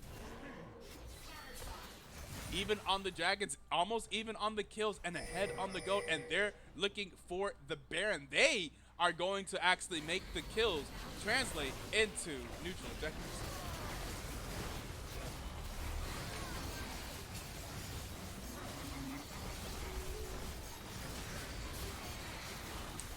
And that's going to be the Baron for the Gnomes. Shadow Vigors was just in a lot of trouble here. Alliance with a lot of trouble here. The Akali ended up not dying and able to save that 700 gold bounty from going over to somebody, but I don't know, Akali's just not doing as much, and this backline is getting very difficult to kill. Like, I actually don't know. This Veigar got this, what the heck is this called? This Kanik Rupert. It's gonna have a massive magic damage shield. It's gonna be very difficult for the Veigar to go down, and the Veigar's doing a lot of damage. A lot of damage, has 337 stacks of phenomenal evil power, 846 AP. What are they gonna do about this Veigar? It should be Akali, but I said the Akali isn't bursting people. I don't think Akali actually killed this Veigar.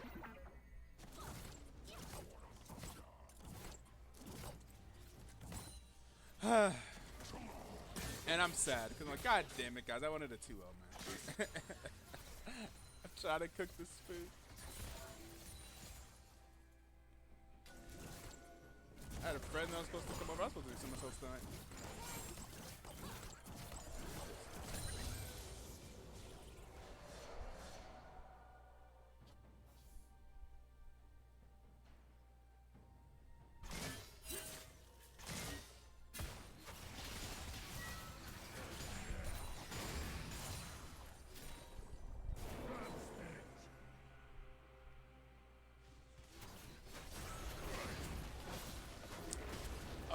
Mid lane tower gonna get pushed down here.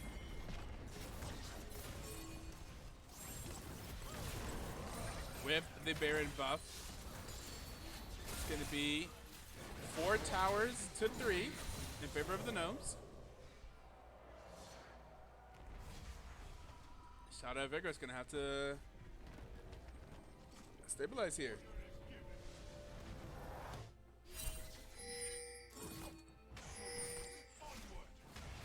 Lord Coffee Table carries this Tristana. Looking for the Tristana carry. Lord Coffee Table has fallen behind the Ashe now. And there is the flash forward. There is the hook. Here comes the engage from Shadow of Igris. Onto the... Oh, there's a... Oh, my God! Oh, the Azir ulti lands onto everybody. Onto 4. Akali gets a double kill. Massive ultimate from the... But, however, will they be able to finish out the fight? Susurration is still alive. Bishop is looking for it. There's the cage. From no! A massive ultimate from the Azir, but they only take down 2 and lose 3. And now they're gonna have it to recall. And now with the Baron, they're gonna lose the inhibitor. Inhibitor tower, and the inhibitor goes down. An incredible engage there from Learning, but they simply do not have the damage. They don't have the damage, and they are not gonna be able to win the team fight. Susurration lives. They can't take down Veigar. Veigar needs to die if Shadow of Igris have a chance of winning this fight, winning these fights. But Akali can't kill Veigar. That's what I'm like. Hey, this item, this third item purchase was amazing by Veigar here, man. Veigar is not going down. Veigar is not going down, man. He's carrying Eli. Thank you, Lord Coffee Table. I love you.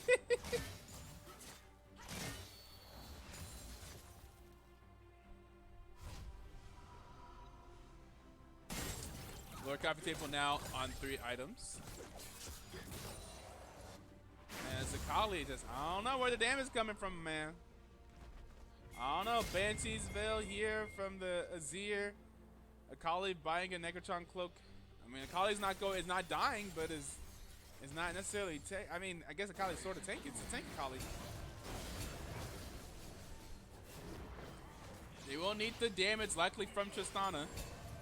Or from Azir. Azir with incredible utility in that last fight. But, yeah, not able to take him down. Will Veigar ever die? Do they have the damage to kill Veigar? Lord Coffee Table has struggled these last few fights. Here is the potential engage. There is a dragon spawning in 5 seconds. It will be the 3rd dragon of the game for the Gnomes. They're struggling to find something here. There's so much vision in that bush. Look at all those wards. Okay, they are finally able to take out those wards. There's some posturing, some back and forth. And there is the hook onto Veigar. That's the one that they want. But here comes the ultimate from Lulu. There is the Skarn ultimate onto 3. Veigar is going to go down. Shutdown going over to the Azir. Now here comes the Akali. That's a shutdown. And now Veigar is down and everyone else goes down as well. An incredible hook from Eviction. Little double kill from Learning. And an ace for the Shadow of Igris. Eviction coming through with the hook and going down, but they lose 1 for 5. Lord Coffee Table Gap, says V. Mathis Flynn, Mathis Flynn, hi. Do you already tied stream viewers? Oh my god. I can't believe I tried to read the name of this fake ass person. Oh man. They got me. First time chat. I'm interested. You got me intrigued. They're giving out a free package for streamers. Ooh. I like how the bot message ends with ooh. That's hilarious. Do you already try stream viewers org? They can't even put .org because they can't put the link in the message, I guess. Real viewers, fireworks. Real viewers, fireworks. What? They're not giving out a free package for streamers. Ooh.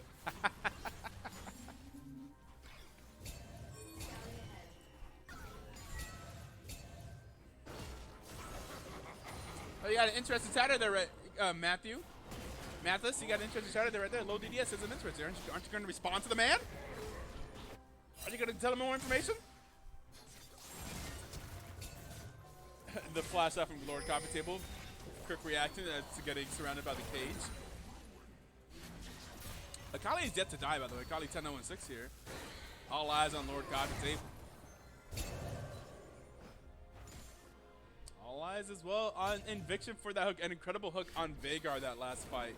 And they just went all in on Veigar. The ultimate from Lulu, not enough to keep Veigar alive. Not after the Skarner ultimate as well. So, just well done fight there. Shadow of Igris potentially still alive. I mean, they are ahead 4 kills, ahead 3 dragons to 1. They are down one tower. They are down an inhibitor as well. So definitely not the best game state for Shadow of Igris. The Baron is alive. They would like to try to get some priority in the Baron area. Baron region. Akali is backing his bot lane. Akali back and probably finishing some type of item. You'll see. Akali did finish a Abyssal Mask, which reduces nearby enemy magic resist by 30%. Hey, Abyssal Mask, pretty good against people that are bidding all this MR. And the Veigar now has a Warmogs. look at this Veigar, bro. Look at this Veigar. Look how tanky he is. Look at this 4K HP Veigar that has 927 AP. Yeah, that man's a problem right there. That's a problem. And the ultimate is going to land onto Eviction. Eviction is going to get surrounded. It's going to be forced to flash out of the cage. So Thresh did use the flash in exchange for the Ash Arrow, but the Ash Arrow is going to be coming up quite soon. It's already a quarter of the way back up.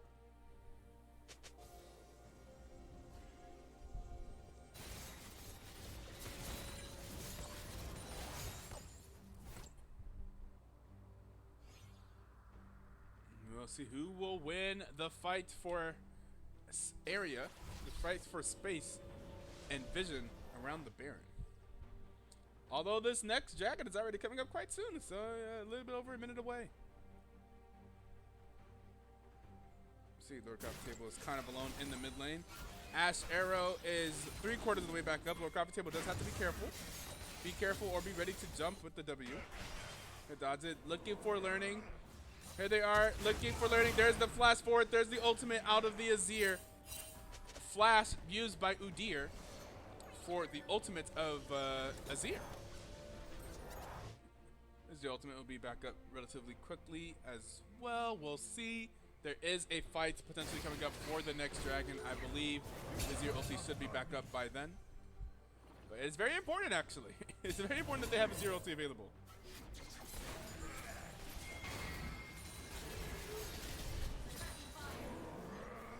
Watch out for the Udyr too. The Udyr is very powerful, actually.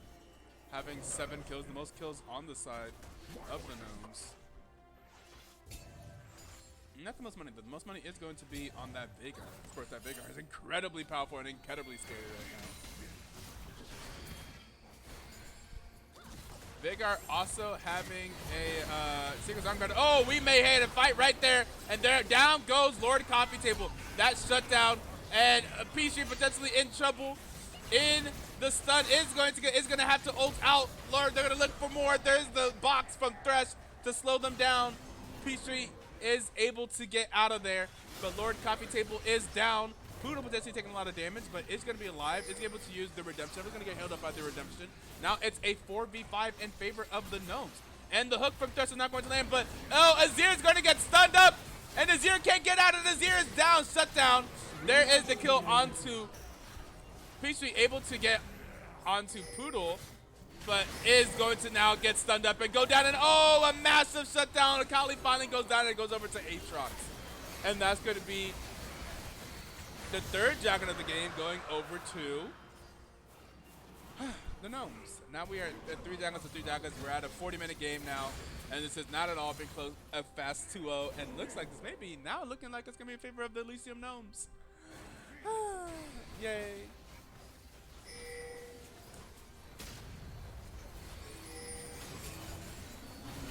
And yep. Looking for it. Can Vimstack get the steal? He's looking for it. He's in there now, and he steals the Baron. Vimstack is able to steal the Baron and ults onto all 3. And now Lord Coffee Table is, oh my god, gone. Lord Coffee Table is gone. Lord Coffee Table is deleted. Just gone. Oh my god. Vimstack able to get the kill, able to steal the Baron. But does go down, and so does Lord Coffee Table. Lord Coffee Table has to lock in. Lord Coffee Table is struggling here in this end game. Flip the table. Tables have been flipped. We're getting to the points of the game where the gold lead does not matter nearly as much. Both teams at around 70k. Most people have most of their items. We're like at 4 or 5 items at this point. Massive shutdown going over to the Aatrox, by the way. The Aatrox now not too terribly far behind the Akali. Akali not being the richest person even on her team anymore, with a lot more CS on that Azir. Those mid laners have been CSing, oh my goodness. And the richest person in the game being the Veigar, just barely ahead of the Azir actually.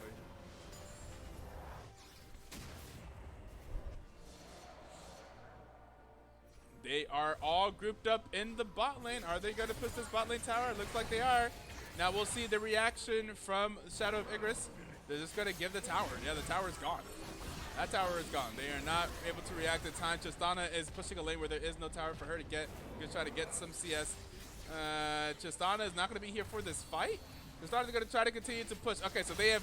Oh, there is the hook landing onto one, and Poodle is gone. Poodle is gone. There is another hook, and they're able to get the Panda. Looking for Udyr. Oh my god, Skarner is fast. Udyr's gonna be out. Meanwhile, mid lane, look what's happening mid lane. It's Lord Coffee Table.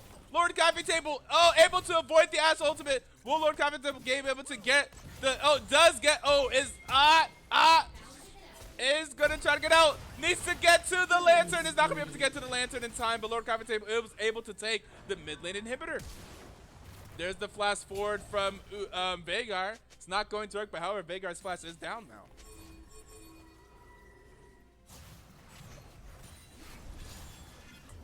So it ended up being a good play there, a good call from Shadow of Igris to have Lord Coffee Table continue to push down the mid lane and get the inhibitor down. Gold lead doesn't really matter, although gold lead's only 700. They're essentially equal on gold. It is now 6 towers to 6 towers. Both teams have literally the exact same towers down, with 2 towers in the top lane and 1 tower in the bot remaining. And we have now gone to a 43-minute game. The first game was not that close, ending at 25, 26 minutes. This game is very close. And Azir getting money still, although Azir has full build. But still clearing items, clearing camps. Although his jungler does not have full build, but alright. There's this clearing camps. Why are they clearing camps? I'm confused. P-Sheet also has full build. All right. Trying to get the potion, like the elixirs or something. Am I wrong? Why are they not making Vimstad get to full build here? Whenever the people clearing camps, the Azir and the Akali are clearing camps, but they're at full build.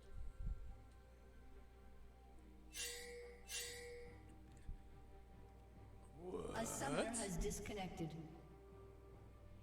Midcom crashed. Didn't fit his hamster. Okay. Veigar's computer has crashed. I was so confused. I'm like, they all got into a bush and then they paused the game. Oh, this is the time where we should definitely all tab, because this will be very damning if someone is able to tune into the stream 3 minutes later and like they'll see like, oh, they're all in the bush over by blue buff. Holy shit. All right, let's do this here. We are going to shift scenes just in case for competitive integrity. We are 43 minutes and 54 seconds into this game number 2. Which means we did not have a fast 2-0 no matter what, no matter how you slice it. But it is still anyone's game. Shadow of Igris did have a lead early on, but Elysium Gnomes have striked back. And now I think that they are probably on the offensive. I think this is an easier game to win from the Gnomes at this point. With the Ashe, with the Udyr, with the Veigar, I think their scaling is incredible. Their scaling is incredible, so I think it is a harder game for the Shadow of Igris to win. But with the really good catch out off a really good hook or something like that, just like they did whenever they were able to get the score the ace when they landed the hook onto Veigar, they potentially still do have a chance in this game. But I feel like Akali has really fallen off. I think Akali, who's very powerful earlier on in this game, a full build with this Bruiser take Akali build, I just don't think there's like a lot of damage coming out from Akali. And Akali just doesn't scale that fantastically anyway, like no assassin does. So I think it's a little bit more difficult here at this point in the game. I did see a reconnection. We may be unpausing the game soon. There are some R's in the chat. There has been a reconnection, and we'll see if this strategy right here, the game has been unpaused. It will be resuming soon. Okay, we'll see if this strategy here that the Gnomes are going for in this special. Oh no! No! No! Don't tell me the pause broke. Guys, please. No. Please. Please. Come on. Come on.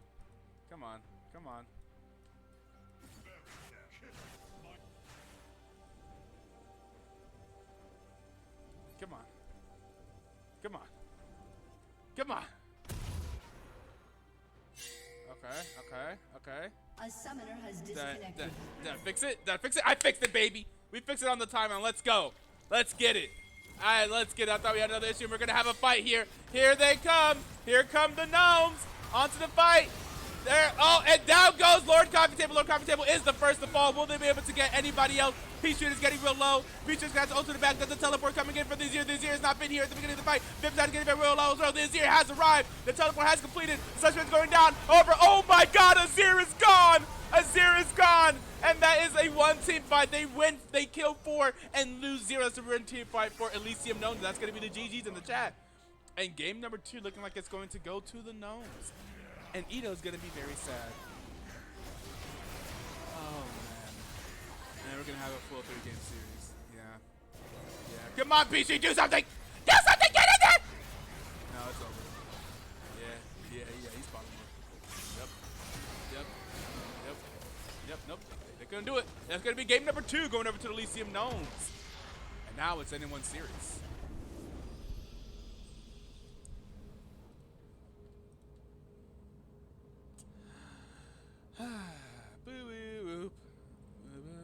Wait, why is my post-game client thing messed up? There we go. All right. Game number 2 goes to the Elysium Gnomes. Most damage in the game being done pretty unsurprisingly by the Veigar, followed up by the Ashe doing 40,000 damage. And then after that, we have the Skarner and the Azir. Azir doing 39 damage, Skarner doing 38,000. And the Akali did fall off down to 32,000, no longer doing the most damage in the game. Poodoo was sitting on that one. Kiss your chicken goodbye. That's crazy. Absolute peak cinema this season. Always 3 games, always Fiesta. Kiss your chicken goodbye. You know, it's crazy. Poodle was sitting on that one. That is crazy. Poodle's like, ha! We're going to go to a full 3-game series, baby. Yeah. Oh, I'm so glad you're so happy for my misery. Woo. That means I'm also, man, am I going to miss the star in the Mavericks game? Probably not.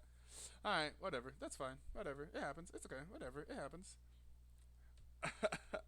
I told so hard. Yeah, man. You told, man. You made us pay all those tolls to watch this game, man. You took all of our money, all of our pocket change. Perhaps I might join your cast, Etoe. No, not his chicken. Hey, man, if you want to jump in here, sure, man. Sure. Hey, maybe I can actually start the chicken. Actually, if you jump in here, I can actually go get things started. Wait a second. Come on in here. That's the thing too. If I had 2 of the casters, I could have just been running the stream and then just go to my kitchen like a few steps away. I live in this one small 1-bedroom apartment. I could have just started. Just let me know. Finish vacuuming. Yeah, bro. Yeah, man. Come on through. We're gonna get ready for game number 3 because now we need to ban out all the champions that were played in game number 2. And we will see you guys after a short break. Woo! Game number 3. Yeah. You guys want silver scapes? Yeah, sure. Yeah, I'll give y'all silver scapes. We saved those for game 5s. But I'm going to give y'all silver scapes because, yeah, you guys forced a game 3 and made me have to be later to getting my chicken. So, there you go. Boo-woo-woo. Do-do. Do-do-do.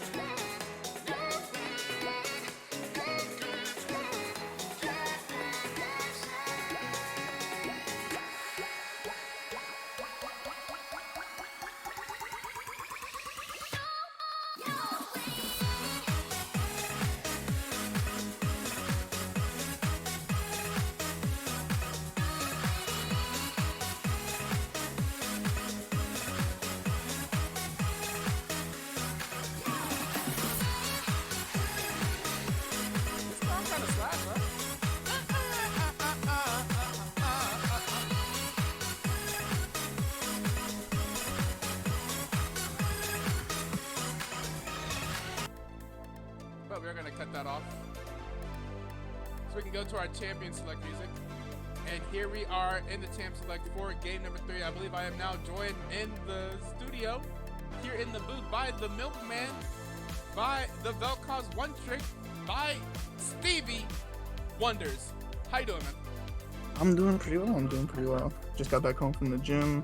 I'm all pumped and ready to go. Ready to see this game 3. Oh yeah, did you get a chance to catch some of the action there in game number 2? I saw the Shadow of Igris lose. Yep, they lost. I saw them lose. Let me down.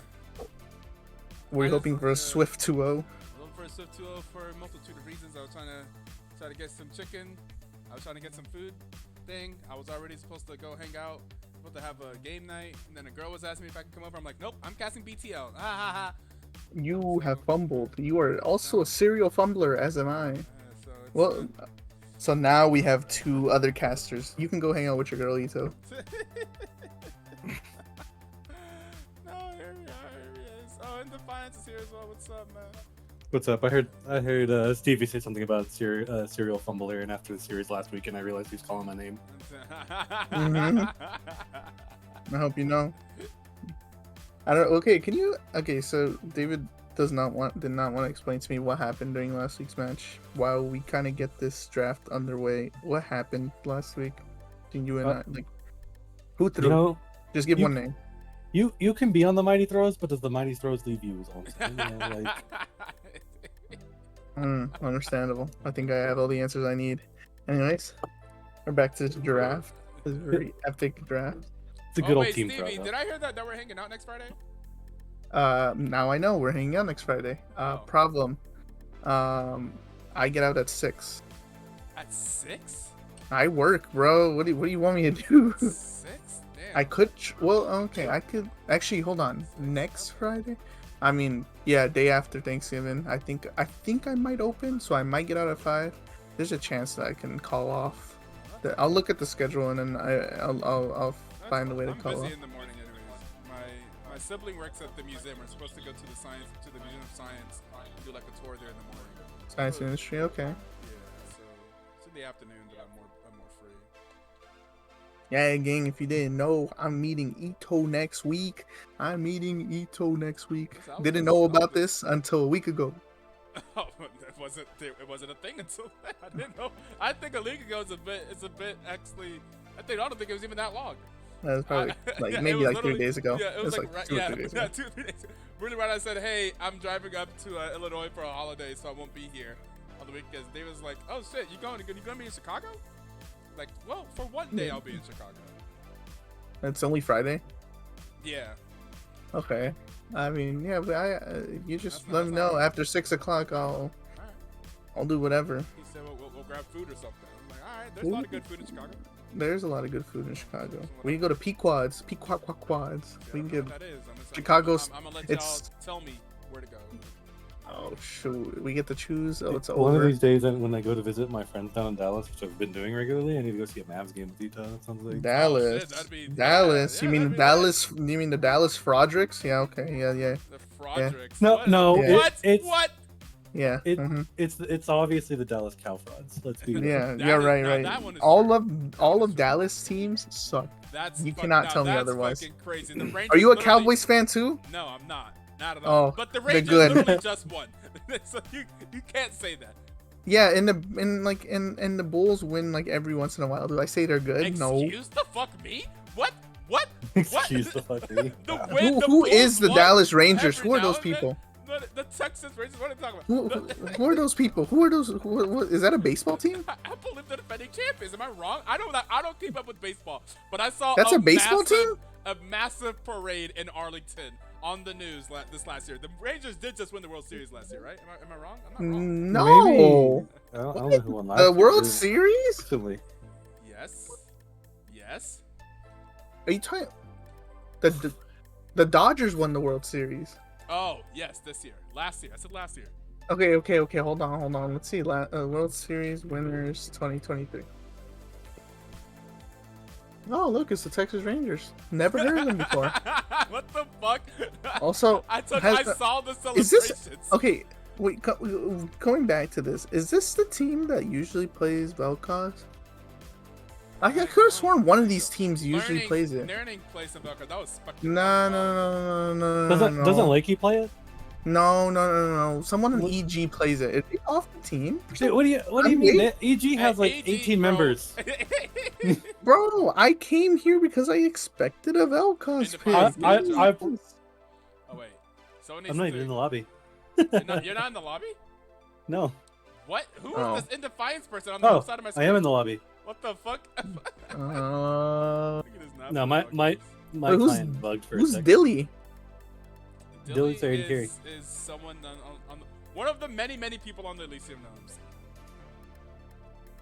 We didn't talk about What? this draft at all, by the way. Shout out Igris. No, I already. Zaya, Rakan, Maokai, Ari. A pretty standard draft. What they're Dude, going back to the It's typical really top weird. laner for Lord Coffee Table, putting Lord Coffee Table on like a utility tank in the top lane.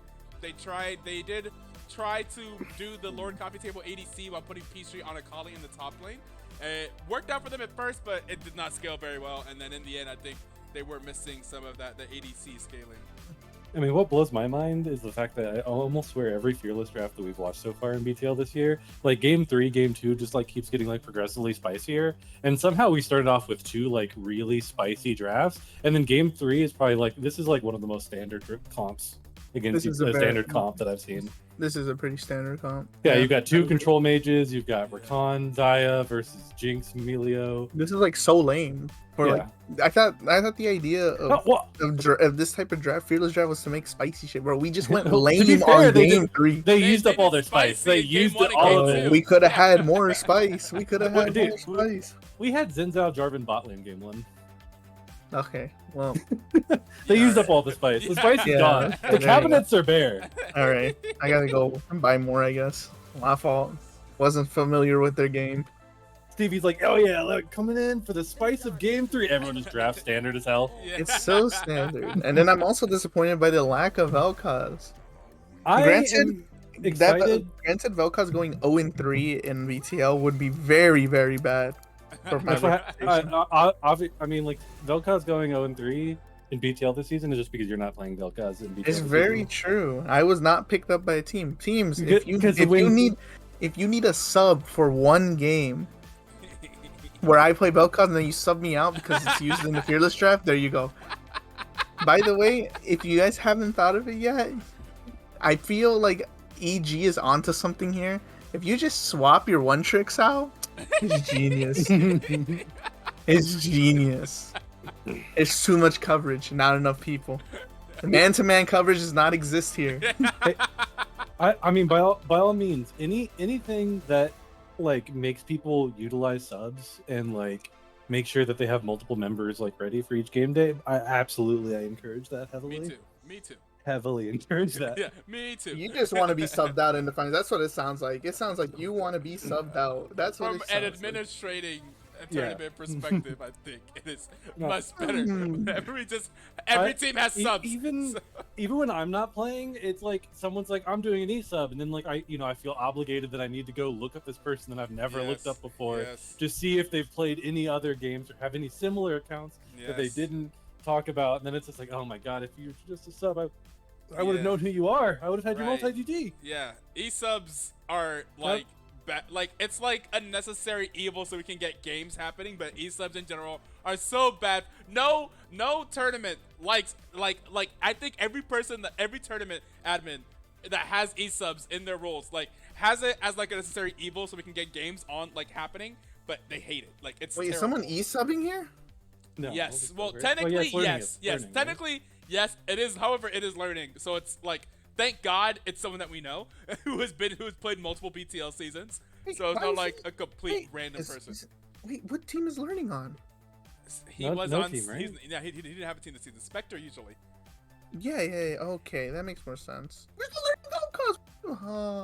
Oh, bro, he cooked so It- hard on it last it- time. See, Yeah, the he did, problem yeah. is, it's like you joined in when draft was already happening. I think if you joined in game 2, he would have seen you and picked Vel'Koz. Very true, very true, very true, very true. Can confirm, I do not play that champ. Well, like, yeah, you should.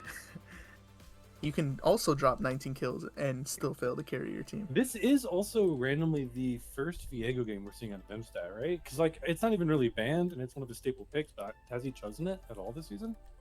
I thought he chose it once. Maybe. Or it has been banned out every single time.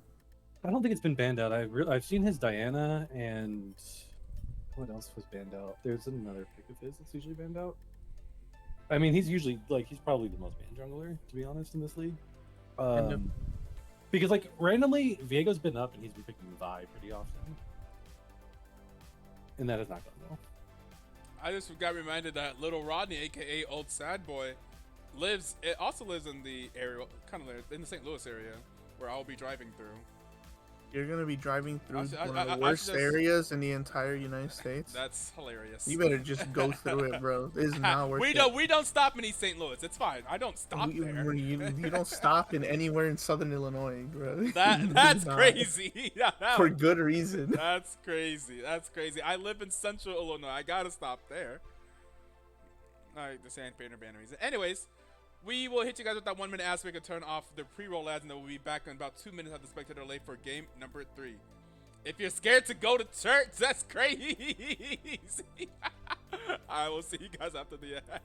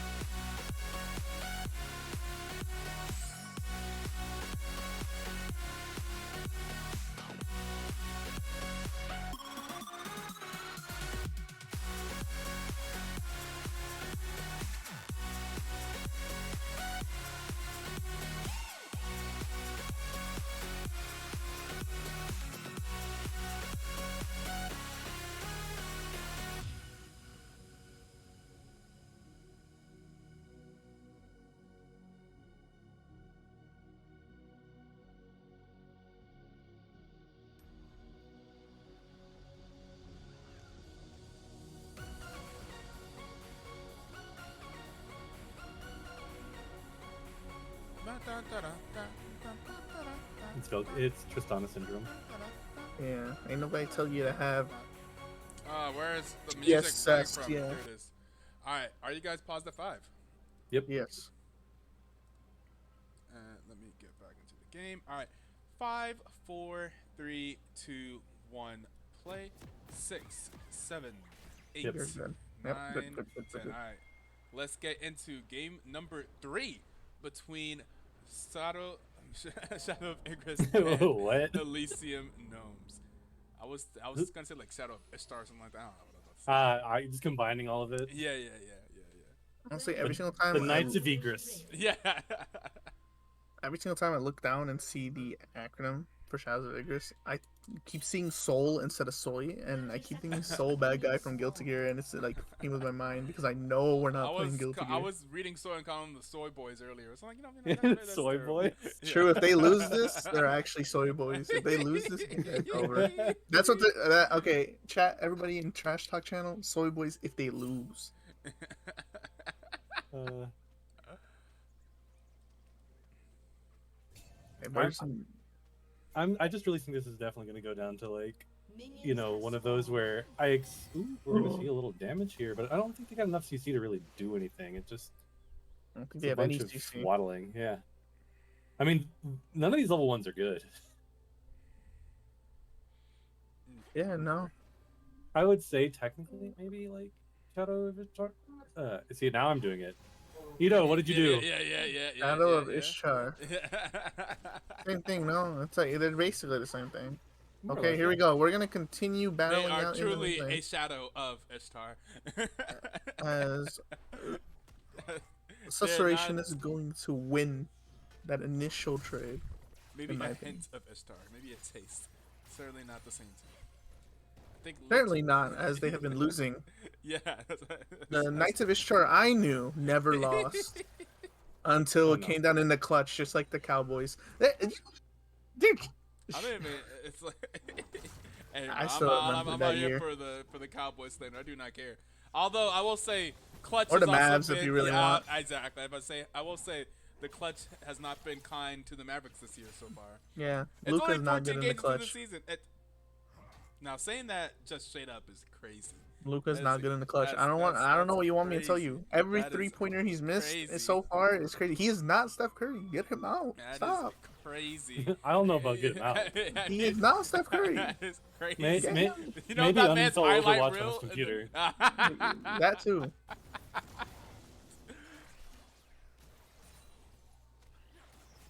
Dude, he plays so much Overwatch. He's usually in like the top 100, 1,000 players. Yeah, if only he could be Yeah, like. I saw he winning posted the his- screenshot of him getting top 500 on Tank earlier this year.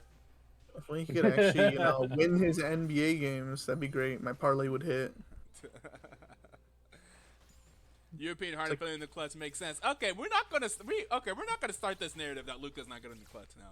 Come on. Luka's not good No, in the come clutch. on now. Come on now. You know who else isn't good in the clutch? He's been historically good in the clutch. Yes, exactly. Historically good. You know who's historically been good in the clutch? Curry. You know Great who's players. historically great in the clutch? Yeah. LeBron. Yeah. Who's even Oh. better in the clutch? Really, just look at the Olympics and tell me that they are not clutch. Yeah, sure. Look at Then let me know who's not look clutch. at Luka's Luka. career and tell me he's not good in the clutch. Are you kidding me? No, bro. Yeah, Luka's been super good, but Yeah, Luka's yeah. generally had crappy ass teams, to be honest. Luka has no defense. He is I think the actually. defense is not as bad as advertised. I don't think it's Yeah. good, but I don't think it's as bad. Correct. But an early gank here in Yeah, the but mid lane, like, arm hits. Oh my god, and it's a lot of damage, and that's gonna push Susurration. Oh, is that what's the name? here's these two standing on a ward, not aware that they're standing on a ward. Interesting. We're You always pushing know that. Sus out of lane. Oh, here we go. Oh, the charm lands! Oh man, he has the flash, but it doesn't matter. You're dead. Nice flash, bro. You know, I question the thought process to like walk up into the Yari charm though. I think like if Why I don't you cancel go my recall, I walk further Walk back. yeah. Yeah. Yeah. It's okay. It's okay. Look at me, first blood going over to the art. Low range beats. Why? We already know how this is gonna go. You said yourself that they're going to win early and then they're gonna fumble. Just like I every mean, down. they could not. I think it's gonna be one of those.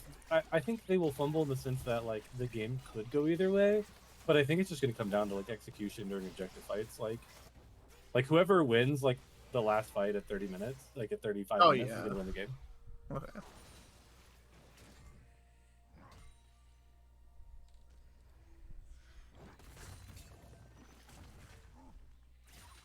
Ah yes, the top lane just wailing on each other.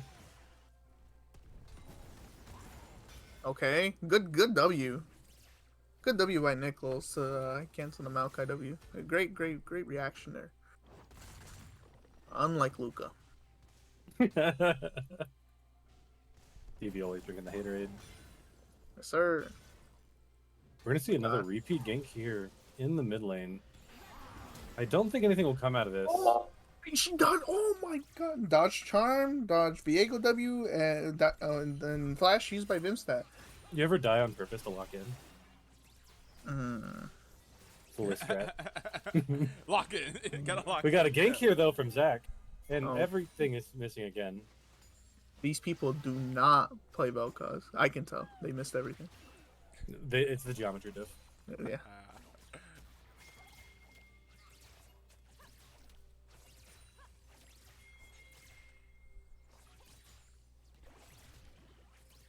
Looks like they're going to go ahead and invade the Gromp over here.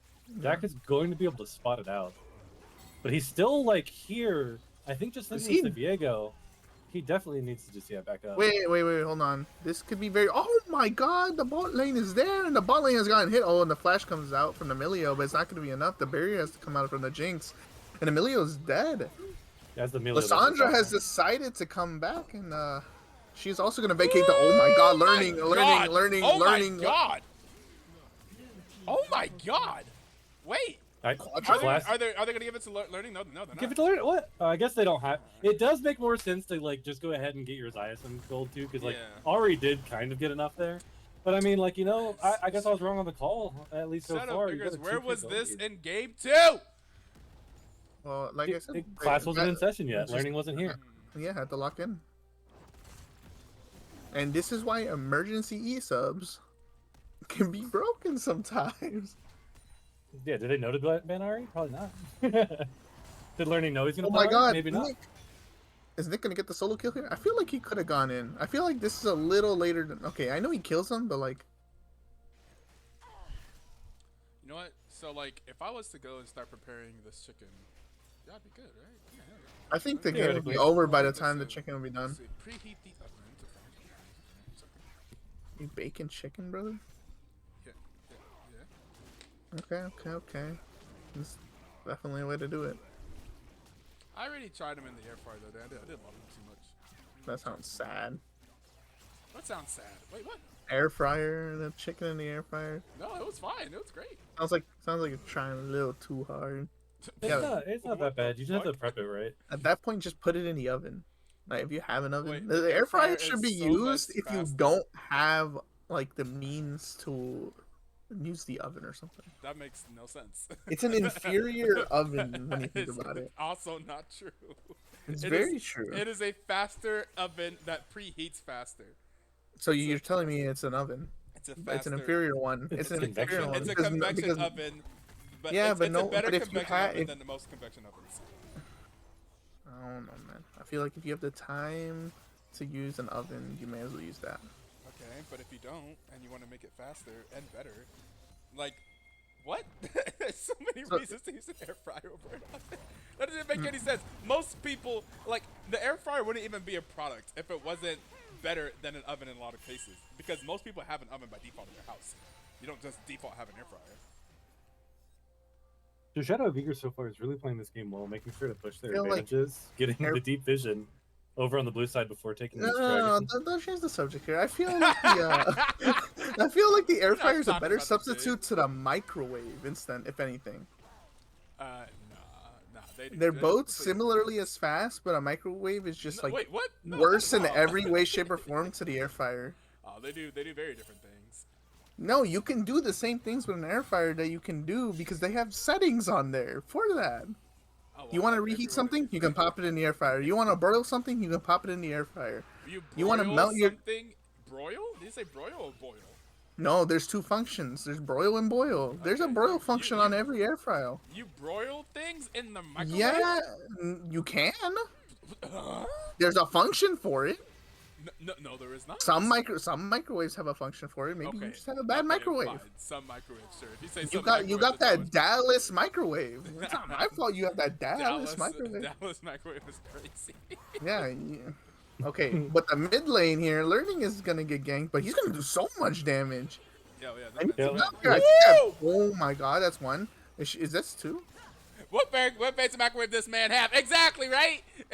He said, "Oh, I got that Chicago microwave, you know." I got that Chirac wave. Stevie just got my microwave port right. What? Your microwave don't got a broil setting? What the fuck? No. Wait, what is Suration doing? Is Suration dead? Oh, Learning's dead. Oh my god, Learning is dead. Wait, but he got the kill. Another But- kill. When Hey, you yo, lose a Shadow of wave, Igris decided to lean forward in their chair. Why They not want game each- 2? They wanted Etoe to have lunch late. Okay, the dive here on the bot lane, that's going to be a dead Milio, I believe. And Vinstad is going to take a lot of damage there. He's going to have to vacate the premises. Peachtree's going to use his barrier, and they're both going to trade there. Double kill. I feel like that dive did not go as they wanted to. But I mean, they're still definitely in control of this game, though. Oh no, definitely. Learning is feeling himself and having a fantastic game. I'd hope so. I'll be back. I'm gonna step away real quick. It's always fun watching a good Ari game, though. No, it's not. Is it because it's not Vel'Koz? Yeah, no, it's because Okay. it's Ari. I hate it when my champs have 50 dashes. Okay. Okay, learning on a flash. It's so close! Oh, but the charm's gonna hit the Lysandra, and Lysandra's dead. Maybe. Hopefully. Should Oh be. my No way it goodness. doesn't. Oh! The Jinx rocket. Oh, that's just tragic. Absolutely tragic. Yeah, the thing is though, is they're not really gaining more of a gold lead because a lot of these kills are starting to go back in like the hands of some of the carries on EG. Yeah, very true. And all it takes is like one thrown team fight to bring it all back around. Let's see, we got a 400 gold lead in the bot lane for Xayah. The mid lane is pretty massive with a 1700 gold lead. The jungle is about, Now our coffee table's dead, guys. oh yeah. He I might, think no. no, wait. Oh my god. I think he lives if you just walk What the down. heck He does could Nick still die. have? No mana. No, it does.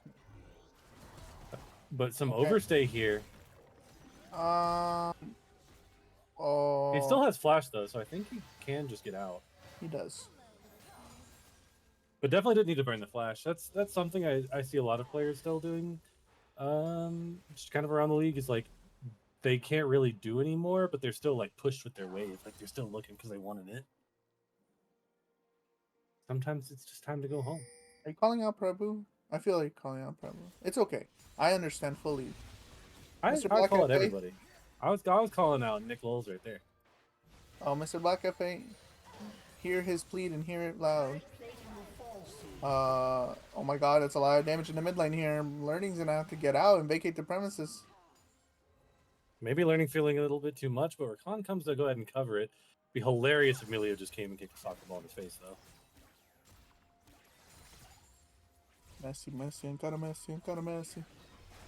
Yeah, it's one of those almost where sometimes the momentum can lead you astray, right? And you keep trying to put your pedal down, and then all of a sudden you keep throwing. But the gold lead is starting to go up Dwindle. again for.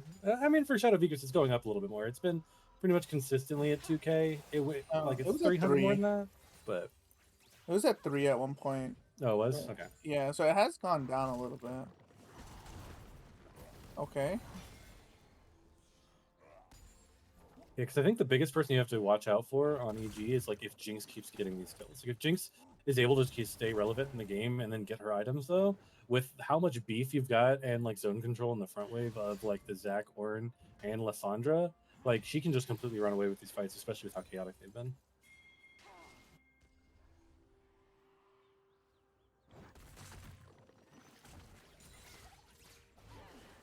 Now I don't know if EG's gonna go for this dragon specifically.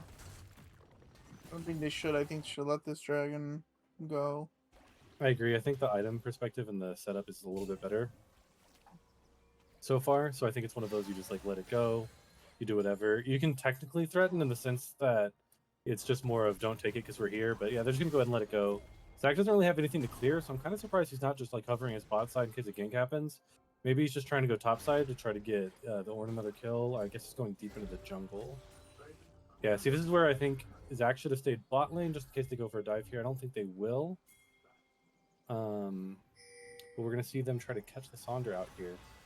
They've got a lot of good vision. They really do. And now see, he might catch Lysandra here. Lysandra can't. Okay, she will be able to get that way pushed in. Zac's gonna be looking for something top lane here. That's gonna be a lot of damage. Ornn will die here. Which is crazy to me because this Malka is doing work. Oh yeah, you can tell that he finally got his first item finished, and man, Undying Despair lives up to its name here. And he's gonna take another turret shot, and we're gonna see a double kill probably coming out here. Well, actually, it depends. Oh no, it's not. It doesn't matter because Jesus Yep. Christ. A second kill coming out for Lord Coffee Table. That's a double kill right there. Lissandra's also going to get a trade kill, but first turret is going to go over to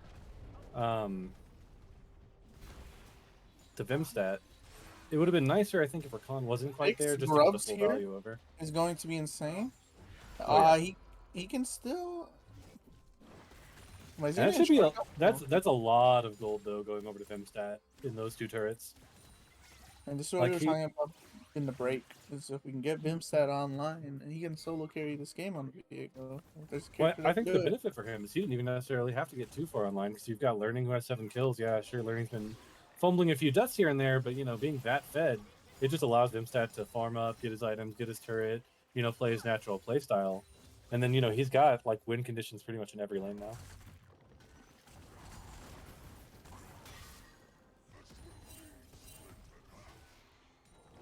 Because I think if you're Shadow of Igris, if your Maokai is able to get a 2v1 and a dive, then like you are sitting extremely pretty after that. Yeah. That is very true. Especially when arguably your weakest link 2v1's jungler top. It's kind of like you're not really too worried at the moment. Yeah, you're feeling really good. Vibes are at an all-time high. Generally makes the calls more concise and on point. But I mean, we'll see. We've seen them over-aggress so far a lot today. We've got Vimstat kind of running through their jungle. He didn't run over any ward. He's going to run straight into Zac here. He's just going to fight Zac, but Lissandra is kind of not really paying attention. Kind of walks over now and just kind of lets him get away. We're going to have another charm coming in. Oh, that's it, a vehicle. The Jinx is just free autoing, but I think Jinx is dead here, even with the Milio support. Yeah, it's just unfortunate, just too much. Jinx was a little too far in the fight.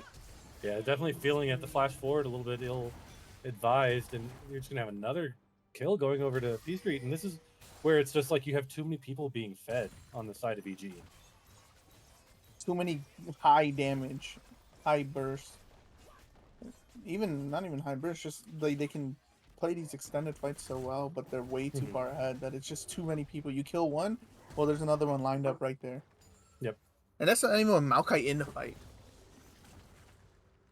Yeah, because Maokai will build a lot of space, especially with the Twisted Advance and the Nature's Grasp coming in. Of course, the Ornn ult is nothing to scoff at. There's even more scaling from the Ornn items that will start coming in later. But I mean, so far, we haven't seen these top laners move an inch from top lane. Honestly, I don't even really remember seeing these top laners in River. Well, if you want to see top lane right now, we see an engage here by Nick Lulz, and it looks like it's going to be a 3-person dive here to finally get rid of the Lord Coffee Table. Yeah, there's a lot of healing. I will not lie to you. Undying Despair is crazy. This, oh my god. Okay. Holy so much. I'm not gonna lie. If anybody shows up there, I think it's just like a triple kill for Shadow of Igris. Oh yeah, but Jinx is here alone in the mid lane, getting a little bit too close and do. Wait. Oh my god. Oh, the charm is gonna hit Milio! And that's not a dead Milio, but that might be a dead Lissandra. They're gonna get a lot here. Inhibitor's gonna go down at 20 minutes exactly. Sometimes not something that you want to see. It allows teams to kind of have a comeback factor here, but I feel like if you're Shadow Igris, you're really fine with this because now you can potentially push for a early Baron right now, Soul Point. Yep, I'm kind of surprised they didn't just run over, grab Soul, and then recall. Instead, choosing to get the red buff, do the same thing, and then run over to drag. But it's still okay because I'm pretty sure they have a bit of money banked up. Nothing too bad, but I still think that's maybe a completed item for Xayah. More components, a completed item actually for Rakan as well. Xayah wasn't able to completely finish her item, but they're going to be checking Baron. Well, they've got Vision of Baron, so I'm kind of surprised they're here instead of kind of setting up for Dragon. Maybe they want to give up Soul Point and just decide to contest Soul and Baron because they are that behind at this point. I just don't know how they kill Maokai in a team fight. I can see Ornn dying. Absolutely, I can see Ornn dying with how fed SOI is, but we see how powerful your threat of calling him the Soy Boys was. They're definitely locking in this game.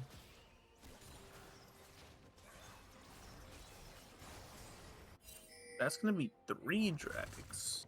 Rainbows at the moment has 3 different dragons will be on. Yeah, and can you imagine this Oh, the Maokai with charm the is gonna Ocean hit. Soul? Yeah, that'd be crazy. Well, that's gonna be Oh, a but good learning pick. a little way too far. Yeah, a good pick on the side of EG. They're gonna catch learning there, which should give them a little bit of breathing space there. Oh yeah, at this point you just keep funneling everything you can into this Jinx over and over again. Because right now this Jinx needs a Lord Dominix like more than anything. Because that Maokai is going to be one hell of a thing to push through with Thimblewinter coming in soon. Actually, Lord Coffee Table, I realize, hasn't even gone for boots yet. Just getting all the fun items, really. Yeah, I guess he saw his healing, and he's just like, fuck that, I'm getting Spirit Visage. Yeah, that's what he's going for right now. Which makes sense, because there's a lot of AP on the side of EG. And, like, he just basically seems unkillable. He might not reach someone with how slow he is, but, I mean, if he's standing in the front line, he will zone.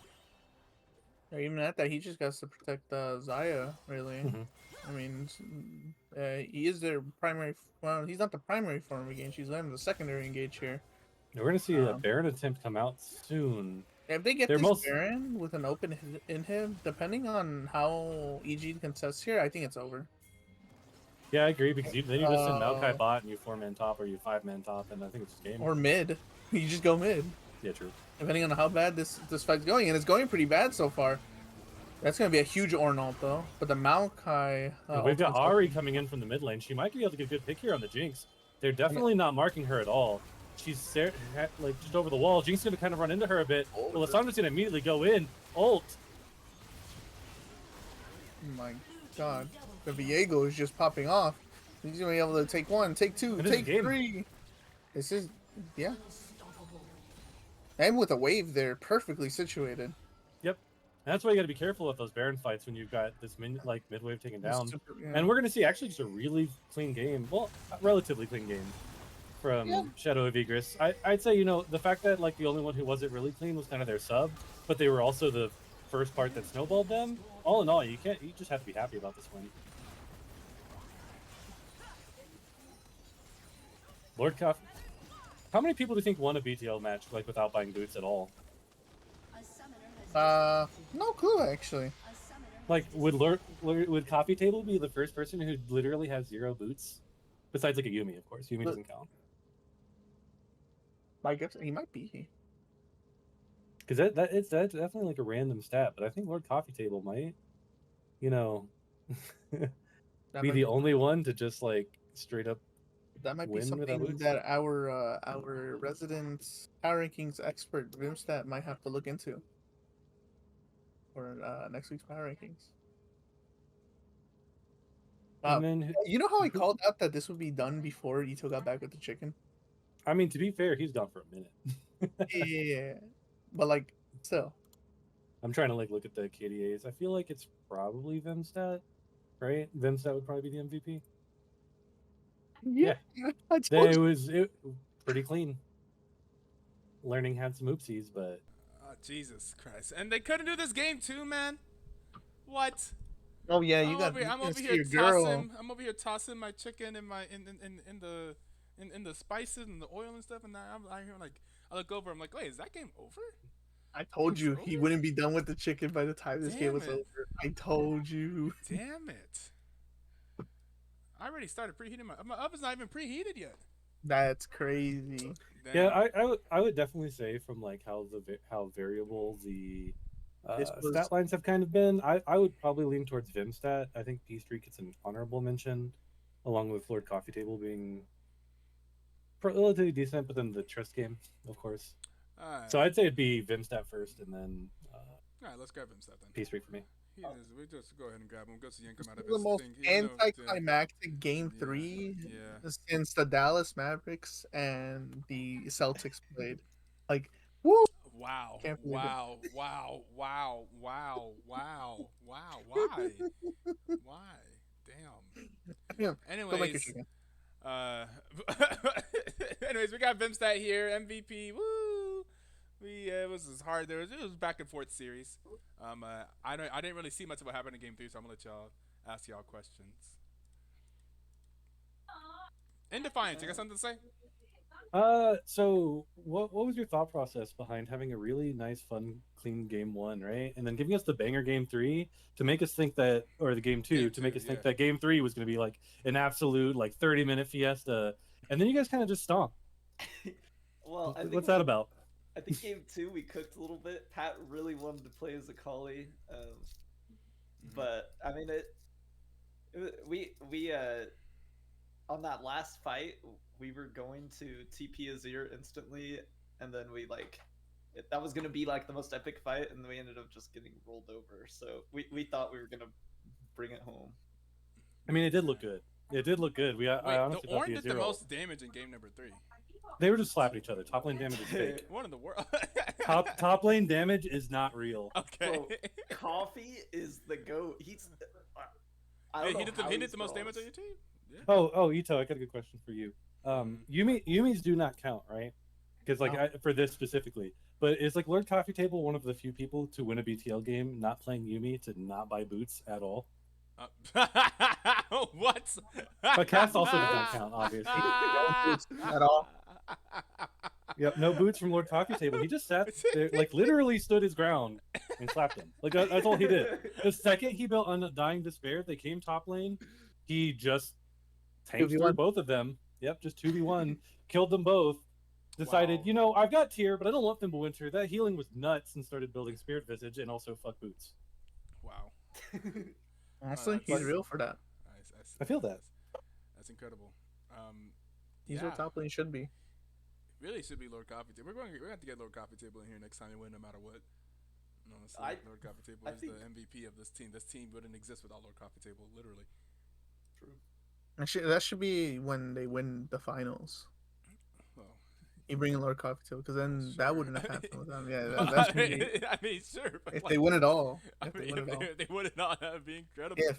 You guys move on to, I think, 3-3 on the season now. Mhm. I'm pretty sure. Not bad. And you knocked down the Gnomes to 4-2. How do you guys feel about your outlook for the rest of the season? I think, well, the rest of the season literally is only 1 week, I suppose.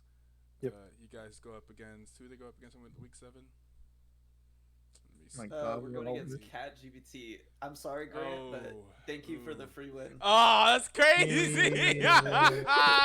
Oh no! Not gonna lie, Oh man! I understand the gotta clip sentiment, that. but I feel like that sounds like one of the most cursed statements that I've ever seen. Yeah, that sounds like one of This those that's sounds gonna come back. similar to whenever he was talking about the Jungle Gap last week in Trash Talk, and then had one of the worst series I've ever seen from Vimstat. Like, what is happening? He's throwing. Yeah, I think if I say something there, I think it's gonna be over. It's a jinx. I'm basically a jinx. Yeah, and then he went. Like, every single time, I'm like, Belkaz isn't. Like, I think Sad Dragon Man pointed out the first time it was picked in BTL. I was like, yo, he's like Stevie, and I'm keep in mind, I'm at the gym. I'm like, what's up? And he's like Belkaz is being played. I dropped my weights and like put on the BTL stream, and just to see this man miss every single skill shot and then lose, I was like, no. I just didn't work out for 30 minutes to watch this. Stevie's the lore equivalent to the goddamn Watcher over here. Yes. I tell you what, Stevie, if we win game 1 against Cat GBT next week, Oh boy. game 2, I'll whip out the Vel'Koz jungle. Yo, my let me God. teach you how to. Let me I'll- just I will bestow hold you some to that. sauce. Let me I will bestow. hold you Whip to it that. out. I'll whip it out. I will bestow some sauce to you. You don't even understand. We are cooking now. Oh, we're in cahoots. Because like in my heart, right? Like if you're Cat GPT, you can't ban it out for game 2 because like you have Dude, to let the Real disrespect things. happen because well no, because it's a good chance to win. So like I'm very sure you gotta let it happen.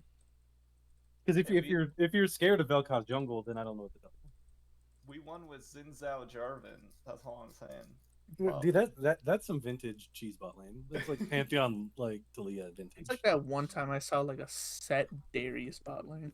I was like, all right, Oh, Dunk Squad? yeah, Dunk Squad. The good old alley oop. But yeah. Unlike the Dallas yeah. Mavericks.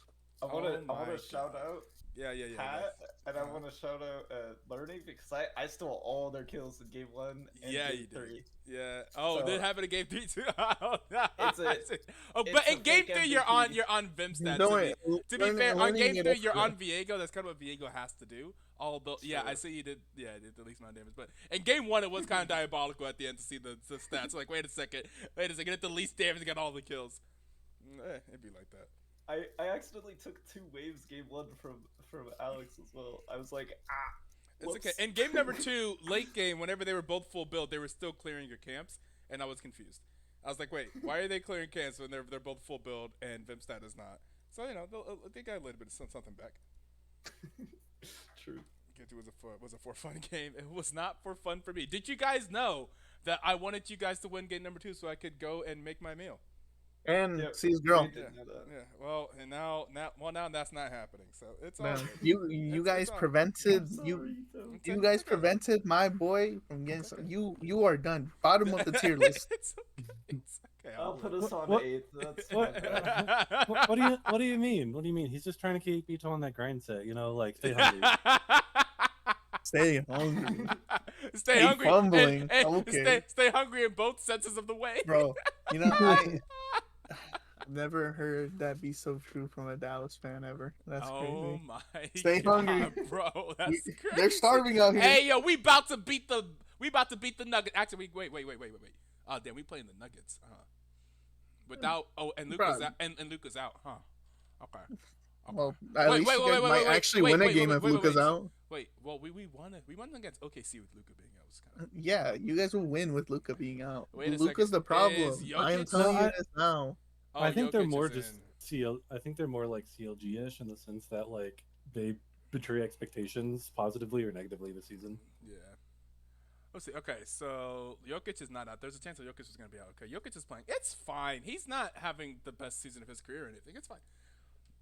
No, you just got to worry about the coin flip of Westbrook. I was gonna call him Westbrook on accident. But yeah, you pretty much got to live on his variance, I think, in that game. The kind term. Yeah. All right. We're gonna find someone to host. We're gonna throw it out here. We'll be.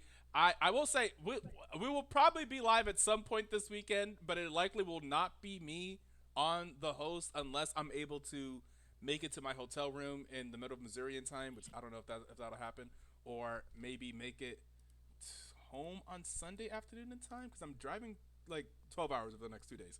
So likely I won't be able to actually stream the game, but we are hoping that through the community of everyone else, we'll still be able to get the games on stream. So look forward to that. We'll look forward to the scuffed BTL weekend. That'll be this weekend and next weekend because next weekend I'm driving back down. So I will also be on the road and will not be able to stream. So we'll see how all that works out. And yeah, we'll see you guys at some point, and it won't be me. It'll be somebody hosting. We'll figure it out, I guess. Thank Perhaps. you for In Defiance and Stevie for coming and joining me here. Of course. And in case I don't see you guys again until after the holidays, happy Thanksgiving to everyone here. I'll probably post a big thing on Thanksgiving, but I love to I love that holiday because I love to express the things that I'm thankful for. And one of the big things I'm thankful for is this community that we built here in the BTL. So we'll talk about all that stuff on the day of. But happy Thanksgiving. Thank you guys for joining me here in the booth, and thank you for Vim staff for coming, willing to talk to us and all that stuff. Also for your help on the staff, and I'll see all the people in here right now as staff members. So, anyways, we're gonna raid Arisek, who is one of I wonder if he one of the OGs of the BTL community from like 8 years ago. I'm not sure if he's even thought of BTL in years, but I see him live. I ain't seen this man live in forever. He's actually playing League of Legends. He used to be one of the Rumble one-trick tops. He used to have one of the most, I think he was like second or third in the world for like mastery points on Rumble. Like, man plays a ridiculous amount of Rumble. Anyways, we're going to throw that raid over there. We have about 10 seconds, of course, since we can actually throw the raid. And then I'm going to go and prepare my chicken and get ready to watch the Dallas Mavericks beat the Denver Nuggets. And we will see you guys next time we're live. Did I type it right? I hope I did. All right. Yeah, I'll be messaging